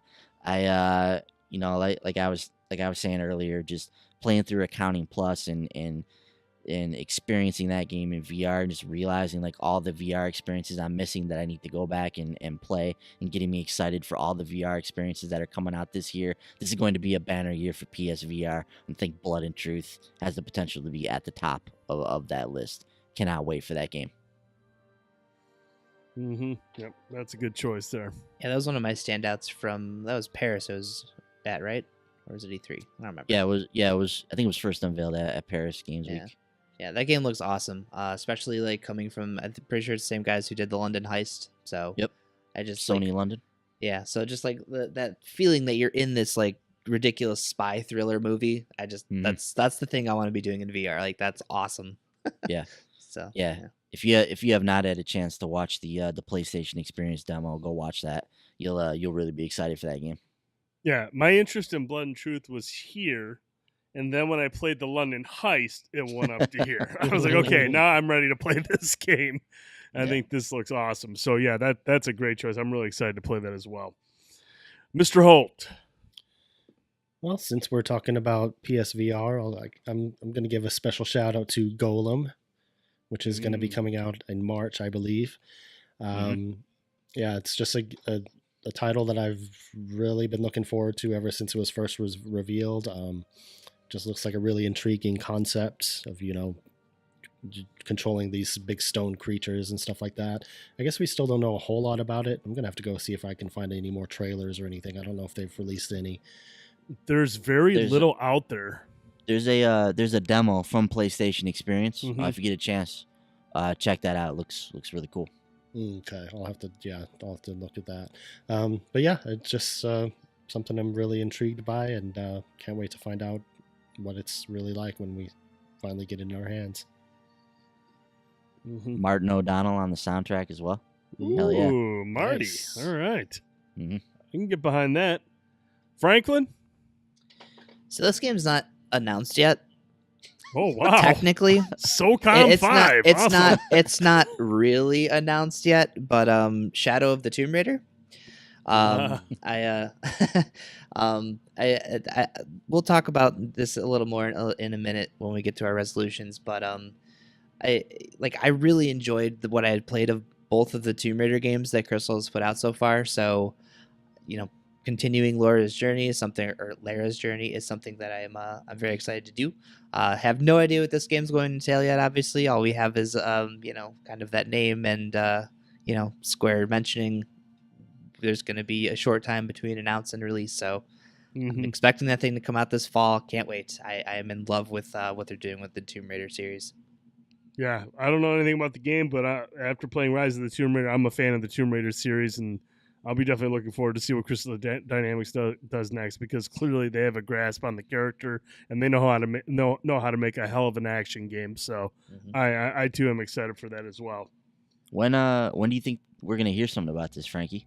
Because like you said, they put out that little tease towards the end of 2017, and they're like, there's gonna be something in 2018. We're gonna talk about presumably Shadow of the Tomb Raider, and not too long after we talk about it, sounds like it's gonna be on the shelf. When do you think this happens? I'm gonna go ahead and guess around E3, and then probably be out in the fall. Yeah, I'd say a fall title is where it's at. That'd be sweet as hell, man. My next choice is Red Dead Redemption 2. I'm a big fan of the first one. Rockstar made a Western game that was cool. It was fun to play. The world was awesome to explore. The combat, the shooting, everything was great in that game. Loved the story.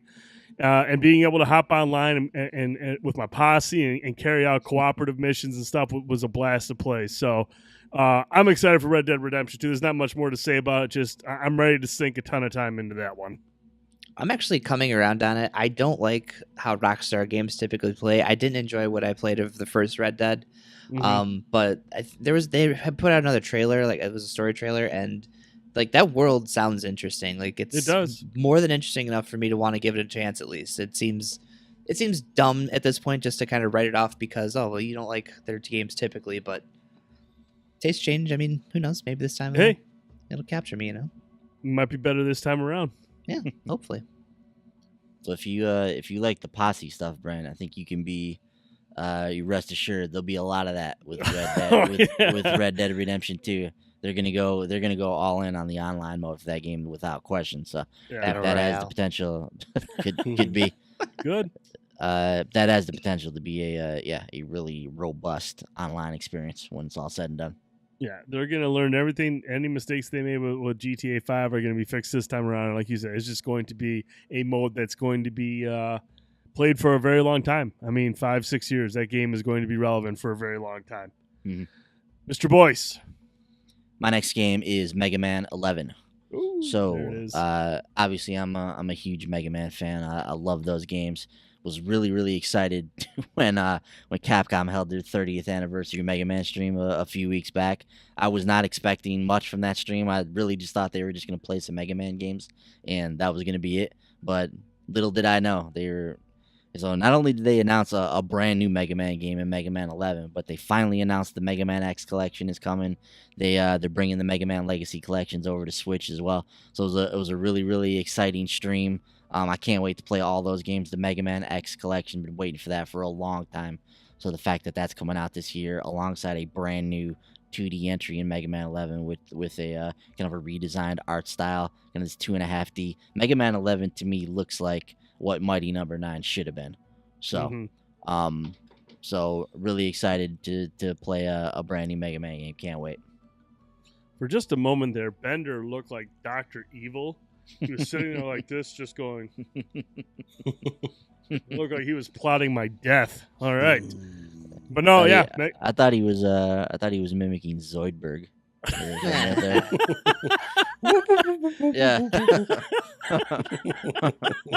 Well done, Mr. Holt. The next game I want to talk about. This is another one that may not come out this year, but I want to talk about Ori and the Will of the Wisps. It was a game that was just, revealed not too long ago. But Ori and the Blind Forest is still, I think, my favorite exclusive Xbox game. I really, really enjoyed that game a lot. It's a Metroidvania, has a beautiful art style. It looks really amazing, very colorful, but also bleak at times in the way it looks. Really fun gameplay. It's really challenging, difficult combat. You get some really cool upgrades and abilities as you go through the game. It's got a big map that was fun to explore. Some super challenging segments. If you've played it, you know that like water rising inside the tree area. Oh that God, part was insane. Yes, I died so many times playing through that part. But I love that game overall. I thought it was amazing. So I can't wait for them to see what they do with the sequel. They seem to be a talented studio for designing that type of game. So I'm hoping that that turns out cool, and I'd be really, really happy if it came out this year. Man, I am so far into Ori and the Blind Forest, and I still haven't beaten it yet. And that's something I need to remedy, because it is, like you said, it's an awesome game. I mean, the gameplay is fun, the platforming is good. Some of the bosses are just brutally tough, and the music is fantastic. So it's a great game, and that's another good one that I'm definitely looking forward to as well. Hopefully it is this year, but we'll have to see. Yeah. Boyce, you played through quite some of the Ori and the Blind Forest. Any interest in the second one here? Oh yeah, definitely. I have not put very much time into Ori. That's something I need to remedy. I do need to play through that game. Obviously, beautiful soundtrack, beautiful game. Exceptional Metroidvania experience from everything that I've heard. Definitely interested in Will of the Wisps. I imagine it's going to be more of the same. But I do need to play through that first one though to completion. Mm-hmm. All right, Frankie, you're up. Last pick, right? Yep. All right. I'm trying to decide which one I want to go with. Drum roll, please. I'm gonna go with Code Vein. I just after playing through the Surge last year, I really want to play more Souls-like games, especially now that I know that I can get through them. Code Vein looks awesome. It's kind of like that anime style Souls game, and obviously, again, I think it deals with vampires, at least that's what I'm gathering. So, I'm excited. That game looks really cool. Looks like it's going to be a lot of fun. Very challenging. Some of the boss fights that they've shown so far look really fun. So I'm hoping that game is good when it comes out, and I can muscle through it without breaking a controller. Yeah, Code Vein in the mix on my list as well. I think that game looks rad. Just an anime, like action packed take on the Souls formula. Sounds incredible. All right, my last pick isn't like most anticipated because I can't wait to play it. My most anticipated title is because I'm curious to see if it's how this game really turns out. Obviously, Crackdown 3 has been under a lot of scrutiny with its the test plays that the play tests that we've seen people do on stage, the demos. The game didn't look good. I'm actually really excited to see how this game turns out, simply because this is a big Xbox exclusive. I have no experience with any of the Crackdown games. I know some people who love it. They speak very highly of the Crackdown games, but this is the most anticipated title to me because I'm really curious to see how this thing really turns out. It did not fare well, again, like I said, in the demos that we've seen. There's been so much talk about the shoddy visuals, and whatnot. I'm kind of curious to how this game is really going to turn out, because this could be a big game for Xbox, but it could also be a total disaster. And I'm really anticipating to see how this game turns out. So that's why it's on my list, just because I really want to see if this thing is going to be as bad as a lot of people say it is, or if like Sumo Digital and the other developers working on it are able to redeem it and deliver a game that not too many people are expecting right now. So you'd say it's a little bit of a morbid curiosity. Morbid curiosity, yes. Because I mean, if it turns out being great, then that's awesome. If it turns out being trash, then hey, at least I know. Yeah. So that's my last pick, Mr. Boyce. You're up. My last pick is of course going to be Metal Gear Survive. No. Look, there's a lot of games I could put in this last slot. This is it was really hard for me to try to narrow down just 5 games. Like I'm anticipating in 2018, there's really a lot of exceptional looking games on the horizon. But the one I'm going to go with here is Detroit. So everything we've seen in Detroit has been really, really special. The last demo we saw at PlayStation Experience, even though it was like the same sequence that we've seen in the past, that demo was just so awesome. It was so awesome watching them play through that section and all the different permutations of the story that can play out. It's just a beautiful game. The UI looks incredibly slick. I love the whole design, the whole style of the game. I love the concept of the game. I really think that this is going to be Quantic Dream's magnum opus. So they've been polishing this and working on this for a very long time. It looks like a very polished experience, everything that we've seen. So I think Detroit has the potential to be something really, really special. And I do think that we are finally going to get it this year, probably sometime in the spring, from what it sounds like. So Detroit looks awesome.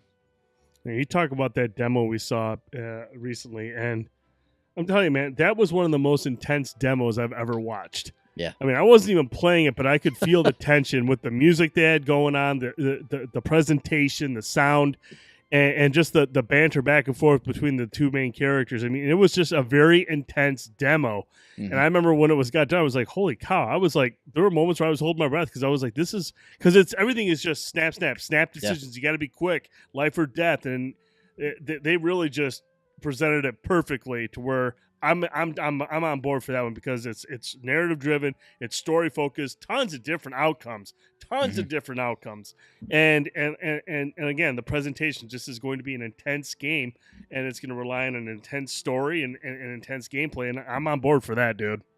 Yeah, and it sounds like every single decision is going to have some type of an impact on the way your story plays out. So everything from picking up that fish off the ground that fell out of that fish tank, to searching around the crime scene looking for information on the suspect, to use that in the hostage negotiation, like all that kind of stuff is just really, really cool.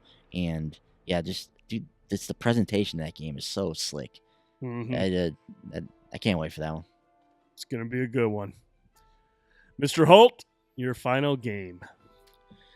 Well, I can't end a most anticipated discussion without giving at least an honorable mention nod to Shadow of the Colossus. Yay!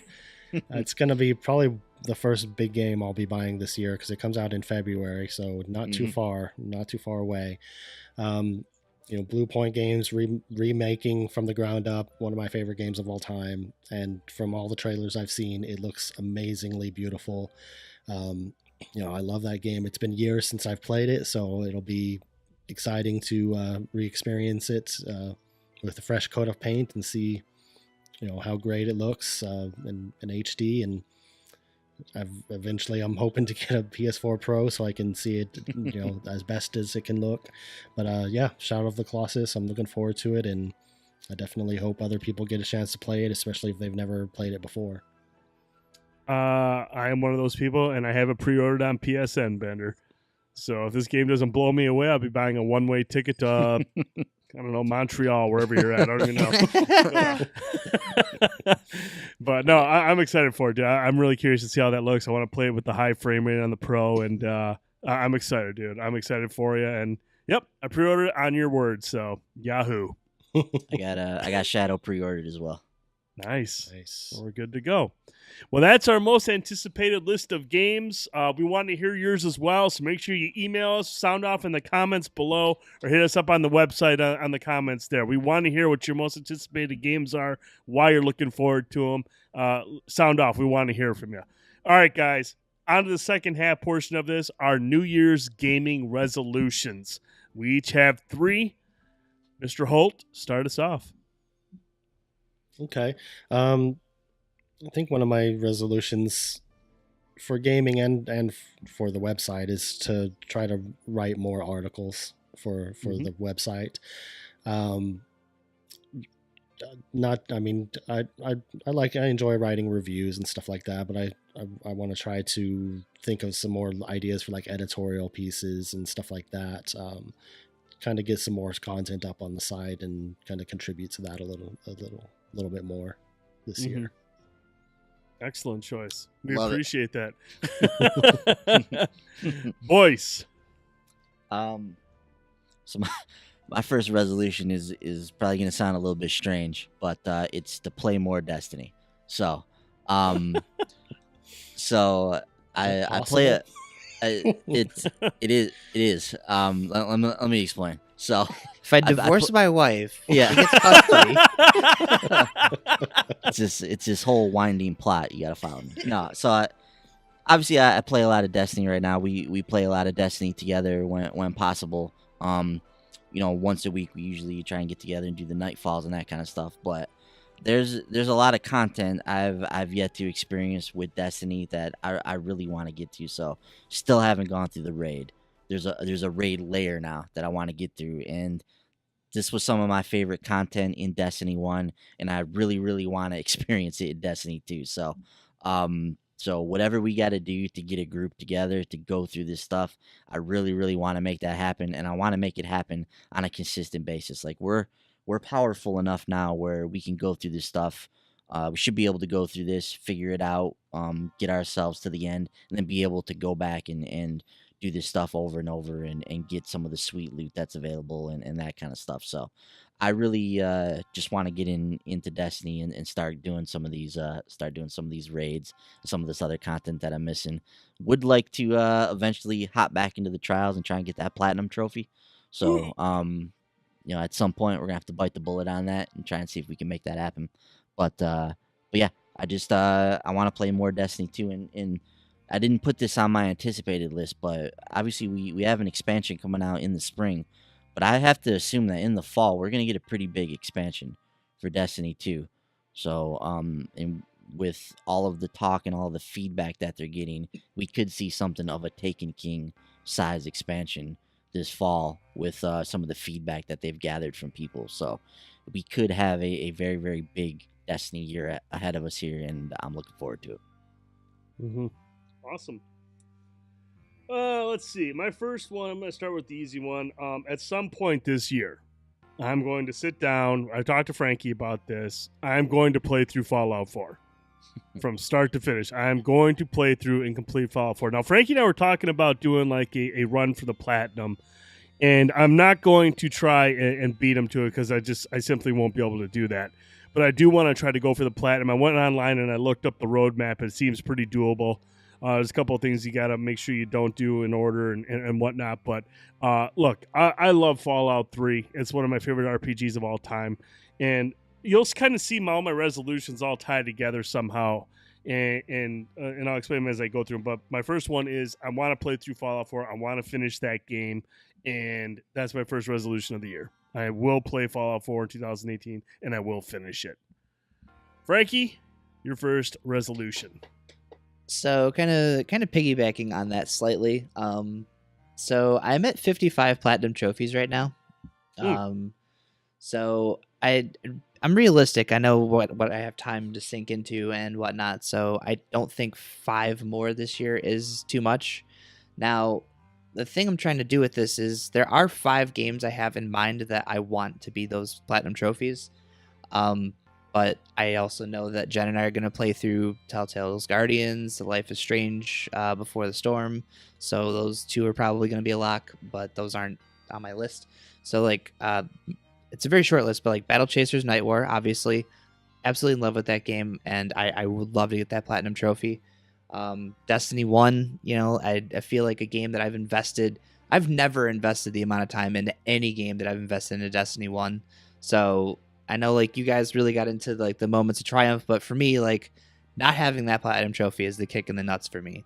Like I could have missed all the moments of triumph, wouldn't care. I still don't have the platinum trophy. That's all that matters. So I would really like to finally obtain that thing. I know we were close. I know it's doable. We know it's doable. So I think it's just a matter of getting in there and getting it done. Battleborn, it's another game I've sunk a lot of time into. I've put a lot of work into getting a lot of those lore challenges done for characters. So I think I'm currently sitting at 61% completion for the main game itself. So I have another couple handfuls of characters to get through lore challenges for, but again, I think that's very, very doable. Fallout 4 I kind of want to do, but I'm still kind of on the fence if I don't even know if I'm going to like the game, so it'd be funny to get it just to like rub it in your face, but at the same time it's like, is it worth it? I don't know. And Shadow of War, that's a game I love that game. Despite the grind session that Act 4 has become, I'm sitting at like 70% completion from what I've played so far. Love the game. I didn't get a chance to do it on the first game because I'm an idiot and lent Jamie my game, and by the time he gave it back, I already played through it on Xbox, and I was like, I don't really want to. And then, of course, they had the 2 versions, so I would have to start all over anyways. So, but yeah, so those are the games I have on my list that I would love to be those 5 platinums. Could be a little time consuming, especially Fallout, but and Battle Chasers. But those are the games I want to focus on platinuming this year. I dig it. Fine choices. All right, Bender, up next. I think up next, I had trouble coming up with resolutions, but I think I want to try to finish more of the games that I play. So what I mean by that is, like, I'm not going to be playing more games than I did this year. Last year, but I'm just saying more of the games that I spend my time on, I'm going to try to finish more of them instead of just playing a little bit, moving on to something else. I'm going to try to see some of these through to the end. It's a good choice. I can relate. Boyce?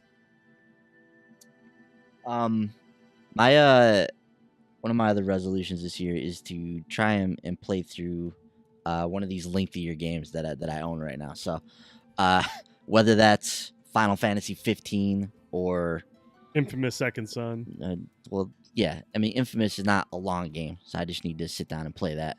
Yeah, you do. Yeah. So, but I've shied away from playing like longer games recently. I play a lot of Destiny and put hours and hours into Destiny. But that's not like a lengthy game. That's a kind of a continuous game that you're always playing.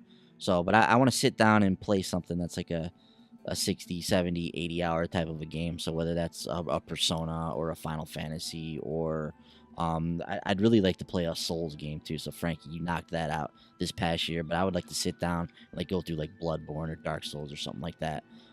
Bloodborne probably especially really interested in that game. The style and the vibe of that game is very Castlevania. It's one of my favorite franchises of all time. So Bloodborne is something that's high on my list to try and tackle as well. But yeah, Final Fantasy very high on that list as well. So I'd like to go through one of those games this year. It's a good choice. That's a good one, man. I like that. So kind of this is sort of along the same lines as yours and Bender's, but I'm gonna go with the less is more approach. Buy fewer games so I can finish more than I did this year. Over the last couple of years, I've been just buying games with every intent to talk about them on this podcast to kind of give our listeners an idea of what we think of certain games.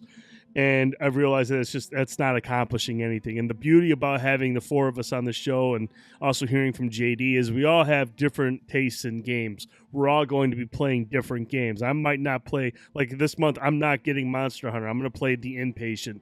That's going to be my choice this month.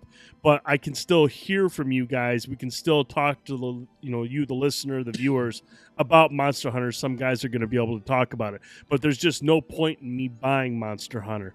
I want to play The Inpatient because of my third resolution, which I'll get to. But I want to buy fewer games so I can finish these damn things. I want to see these games through to the end. I don't have the time to justify purchasing every single game that comes out that looks even remotely appealing. I just don't have the time to do it. And the game is just going to sit there. I'll fire it up, play for 2 hours, and move on to the next thing. I'm defeating the purpose of buying these games. So this year, less is more. Fewer games bought will lead to more games beaten than what I've done in the last couple of years. So that's my resolution number 2. Amen. Franklin. Yeah, that's actually kind of, again, tying into mine as well. But I even games I pick up that I know I'm going to play, it's still like I bought Wolfenstein when it came out, and by the time I sat down and played it, it was on sale for $30. So even if it's a game that I absolutely want to play, unless I'm deadpanned on starting it that like at midnight when it comes out, like I am like Monster Hunter, until I'm actually going to sit down and play the game, I'm not buying it. And like even at that, like I have so many games like left from last year. You mentioned Persona 5, Xenoblade. I haven't even played Mario Odyssey yet. Like there's still so many other games that I want to play from last year that I'm just sitting on that I already have those. I bought them because I want to play them. Like there's no reason for me to run out and buy the hot new thing just because it's finally out. Realistically, by the time I finally sit down to play it, I can probably have gone out and bought it for $29.99. So as much as I hate to do that, because like there's certain developers that you love, you want to support, you want to show up on day one and show your support for them. But at the end of the day, it's so asinine just to not just go buy the game Right. and then not touch it. So, Right. yeah. Yeah, I feel you, man. It sucks, man. When you sit there and buy all these games, and then, like you said, a couple weeks later, it's on sale. Or like, boys, we were talking about recently, half these collector's editions that we paid out of our asses for are half off and available Yeah. now, and half off, if not more. Yeah. Yeah. And so All like those are clearance. purchases that I probably didn't have to make day one. I mean, obviously, games like Destiny 2, ones that I want to play right away, Mhm. makes sense. But like, Wolfenstein 2, I didn't buy the collector's edition. That thing was available again for half off. Yep. I was like, oh, well, now I have it. So that's something I'm going to explore more Mhm. this year, is hold off on, if it's a game I'm not going to play day one, I'm just going to take the chance that the collector's edition is going to pop up 6 months down the line at half off. Yep. So, What I've started doing with that is I'll kind of when the collector's edition first gets posted, I'll see if it like sells out. Like Mhm. if it sells out on Amazon or if it sells out on Best Buy or something. If I feel like it's truly limited and it's something that I really really want, then maybe I'll dive into it. But because a lot of times when those things sell out, they show back up like a few weeks later. Like Mhm. they'll get relisted or they'll Yep. somebody will cancel a pre-order or something like that. So if I feel like something's really really limited, I'll try and get in there on that second wave, place an order for it. But for the most part, most of these collector's editions aren't really that limited. So if you wait, and you can get them like sometime down the line. So like that's what I did with Wildlands. I bought that collector's edition the other day. Yeah. It was $60. Yep. It was $120 off. So if I would have forked out for that thing when it initially came out, like, I would have been pissed off. But I bought it, for a cheap price. Got the game, got the gold edition of the game, statues, steel books, all that kind of stuff. So if you just wait, like this stuff's gonna be available to you at a much better price. Like, you don't have to have it day one.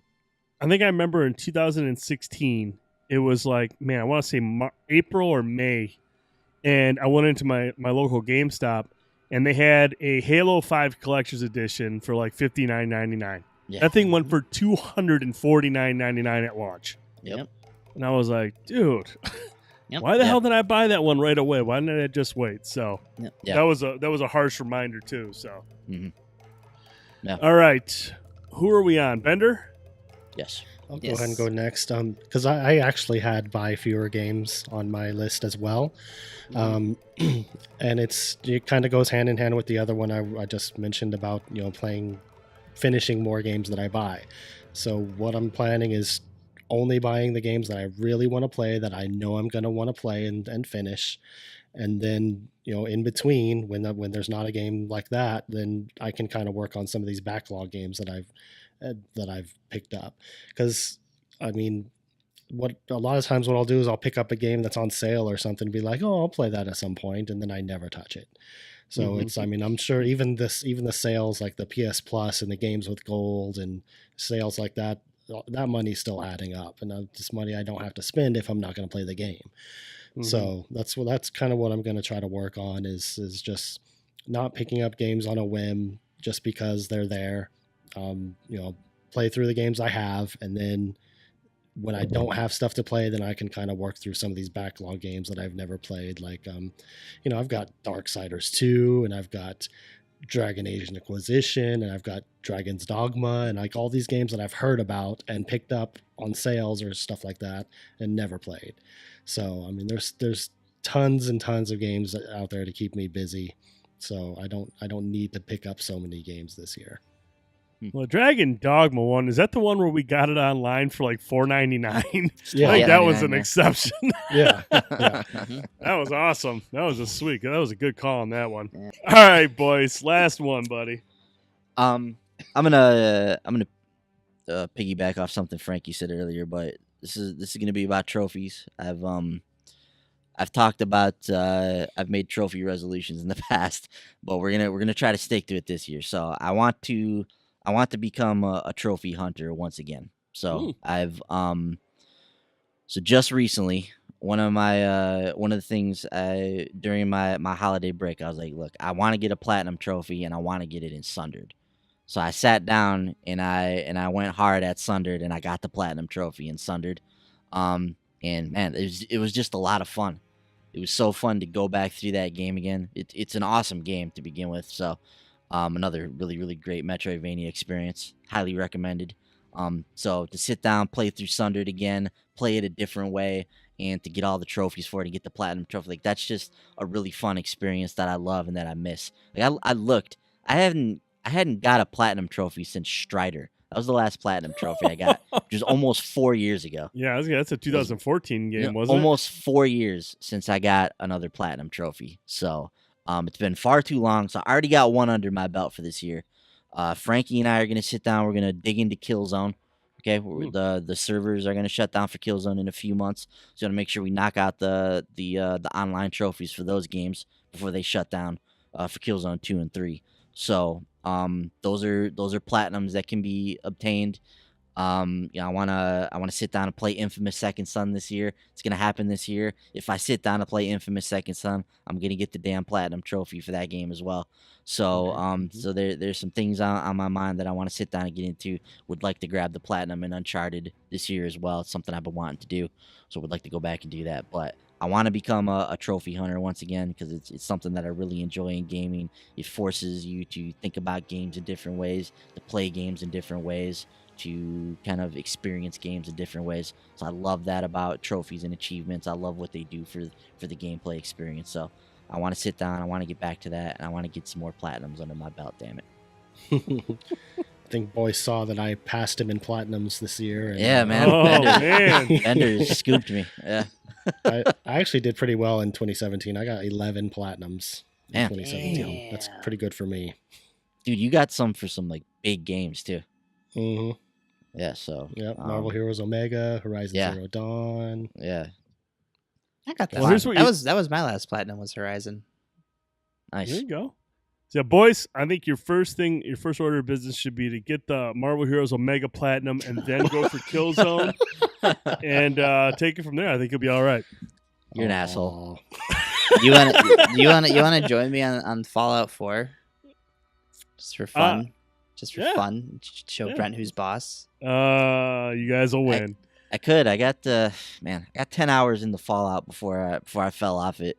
It's something I would like to go back to. So if you guys like decide to like dive into Fallout, like we could all play through it together, I'd be down for that. Again, it's just I'm not going to be able to go at the same pace as you guys. It's just going to be one of those things. Trust me, I'll be at the same pace as you. Probably less. Yeah, we'll see. Yeah. All right. So my last one is I really want to take our video content to like the next level here. I want us to like really kick out more content that the viewers want to see, that you guys and girls want to see, and it goes hand in hand with some of my other stuff. First of all, I want to be able to finish more games because I want to start putting out video reviews. Video reviews is something I want to start doing this year. The ideal would be the video review would be kind of a capsule of the full written review. It's not going to be word for word with the written review. It'll just be more of a very short 2 to 3 minute review video talking about the things we like and didn't like about the game, its strengths and weaknesses.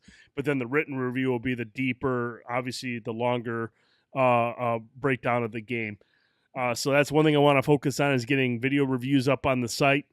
And then also in terms of, why I want to start spending more time with VR is because I want to do a weekly VR stream where we explore some of these titles in VR. And you've seen the new video formats that we have for some of our live streams. I'm going to implement that into the VR. So you'll have me using the headset. You'll be able to see the headset while I'm playing the game. I want to talk a little bit more about what it's like being in the headset, being in that world, because it's kind of difficult to show you VR in a video. But if I can find a way to talk about it more, give you an idea of what I'm experiencing in the headset, that's what I really want to accomplish with the VR stream. So I don't have a set date yet. The Impatient is a likely candidate where I'll start doing that stream on a weekly basis. I might do a couple test streams leading up to that. But video content is my focus this year. Obviously, I would like to write as well. But for myself, the YouTube side of things will be where my focus will be. And then also for live streams, I'm going to make it a habit to stream to YouTube, Facebook, Mixer, and Twitch all at the same time. So if you're subscribed to any of those channels, there'll be content going up there every time I stream. I'll make sure it's on all 4 of those platforms for you to watch. So that's my focus that's my last resolution. Really focus on video content. Hell yeah. Twitch will say PUBG no matter what game you're playing.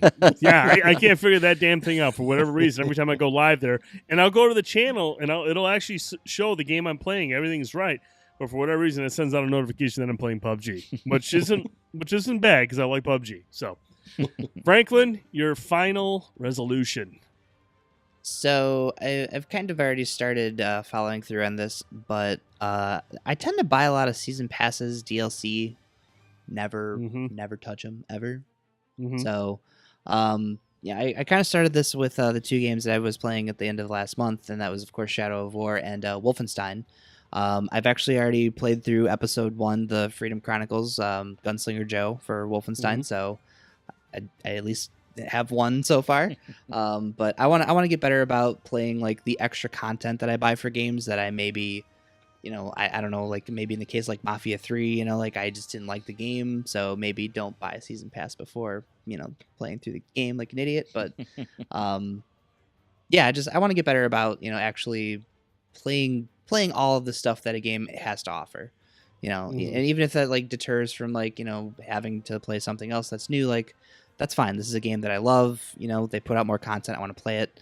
And even other things, like I know I have a season pass for South Park. I picked up a couple like Cities Skylines, a game that I really hope I can get into this year, but that's going to be a time vampire, so we'll see. But yeah, I want to start getting the most out of a game that I can. No, you're speaking my language, dude. That's what I want to do. I think that's what we all want to do. We want to get the most out of these games, as opposed to like jumping on to the next hotness. And I think that's going to benefit not only us, but our listeners and our viewers, because we'll be able to give you a much better glimpse of what we think of a game, playing it from start to finish. And that's just going to benefit us and you as well. That's why that's why we have these resolutions, because I think it's going to make everything around here better and more informative, and that's what we strive to do. That's what we want to do. We want to be a show that you'll tune into every week. Like, hey, look, they got good content, plus I'm getting a very in-depth opinion of a game, as opposed to, I played this for 4 hours, it's awesome, and who knows what the hell happens to the other 27, 40 hours of the game. Who knows? So yeah. And then just kind of like as an aside, like for the site, there's been I've been kicking around some kind of like idea to do like a mini podcast type of thing where and JD and I have been talking about this a lot lately, but we kind of want to do like a game club type thing where we pick a game or two a month, sit down, play it, and kind of maybe do like a spoiler cast, but more of like a discussion, like what you thought of the game, what you thought of the story, mechanics, whatever. So I'm still kind of kicking around like how exactly I want to approach doing it. And if, it should be multiple people or whatever. So I'm still kind of trying to figure a way to like do that. But I think it would be cool to kind of like have like a broader discussion of, games that we end up playing and loving. And, and there's a lot of games too. Like I got the PS3 now, so there's games I have in my backlog that I still never played, like the Mass Effect trilogy. So like, like getting to play those like now and like kind of getting to, talk about some of that stuff. Finally, you feel less guilty spoiling a game that's already 10 years old. Right. So, but yeah, that's the thing I want to work on for the site this year is I want to start doing something with, more like actual just game specific conversations. Hey man, I'll take that too. anything like that would be awesome. And we want to hear from you, the viewers and the listeners. What would you like from us? I mean, we've given you our resolutions, plans that we have for the site, but we want to know what you want to see from us. What kind of videos do you want? What kind of do you want separate podcasts? And if so, what about? I mean, Frankie's got a great idea there. I mean, maybe there's something else you want to see us try out. Let us know. Podcast@shortpause.com. Hit us up on Twitter @theshortpause, or come over to the website and sound off in the comments. We want to hear from you in 2018 because we want to go big for you in 2018. We want to carry out everything that we want to plan. We still have some other stuff we're still trying to work out the final details that we'll announce on a future podcast. We've got a lot of cool stuff planned, and I can't wait for you guys and girls to see it. It's really going to be exciting here in 2018. So that's it for this week's show. It's a big one, but we had a lot to talk about. We had our resolutions. We had a lot of good news. The release list was actually the shortest part of the show, which is a shock. It's been a fantastic show. But gentlemen, let's wrap it up. Where can we find you gaming and tweeting? Franklin. Find me on Twitter, Xbox Live, PlayStation Network, Nintendo Network at Viper Strike. Boys? As always, Brent, you find me not tweeting at Piccolo930. Piccolo930 is, of course, where you can find me on PSN, on the Switch, and now on the Xbox as well. I've always been there, but now I'm back. So you can find me on there. Of course, the Tuesday Night Indie Spotlight every Tuesday, 10 p.m. Eastern on our YouTube channel. You're definitely going to want to subscribe and watch the Indie Spotlight this year.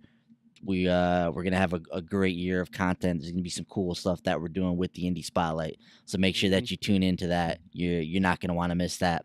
Not sure what we'll be playing this week yet.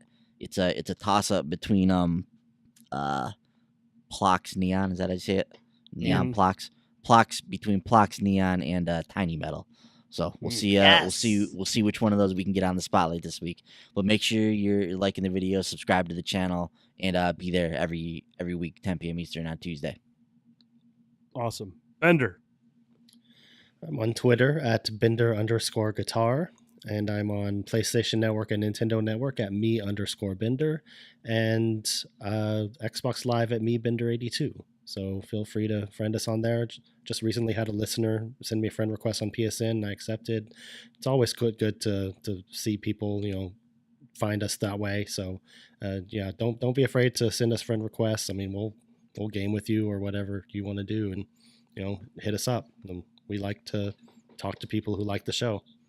Absolutely. Shout out to Optic Ghost. He sent me a friend's request. Appreciate it. Awesome. You can find me on PlayStation Network, The Dude 79, Xbox Live, The Real Dude 79, Nintendo Switch, some stupid long code, but it's The Dude 79, and Twitter, The Dude 1979. Make sure you visit the website, www.shortpause.com. Follow us on Twitter at The Short Pause. Subscribe to our YouTube channel, Short Pause Gaming. That's the same name as our Twitch channel, our Mixer page, and Facebook. Follow us on all of them. We'll always have a live stream going at one of those.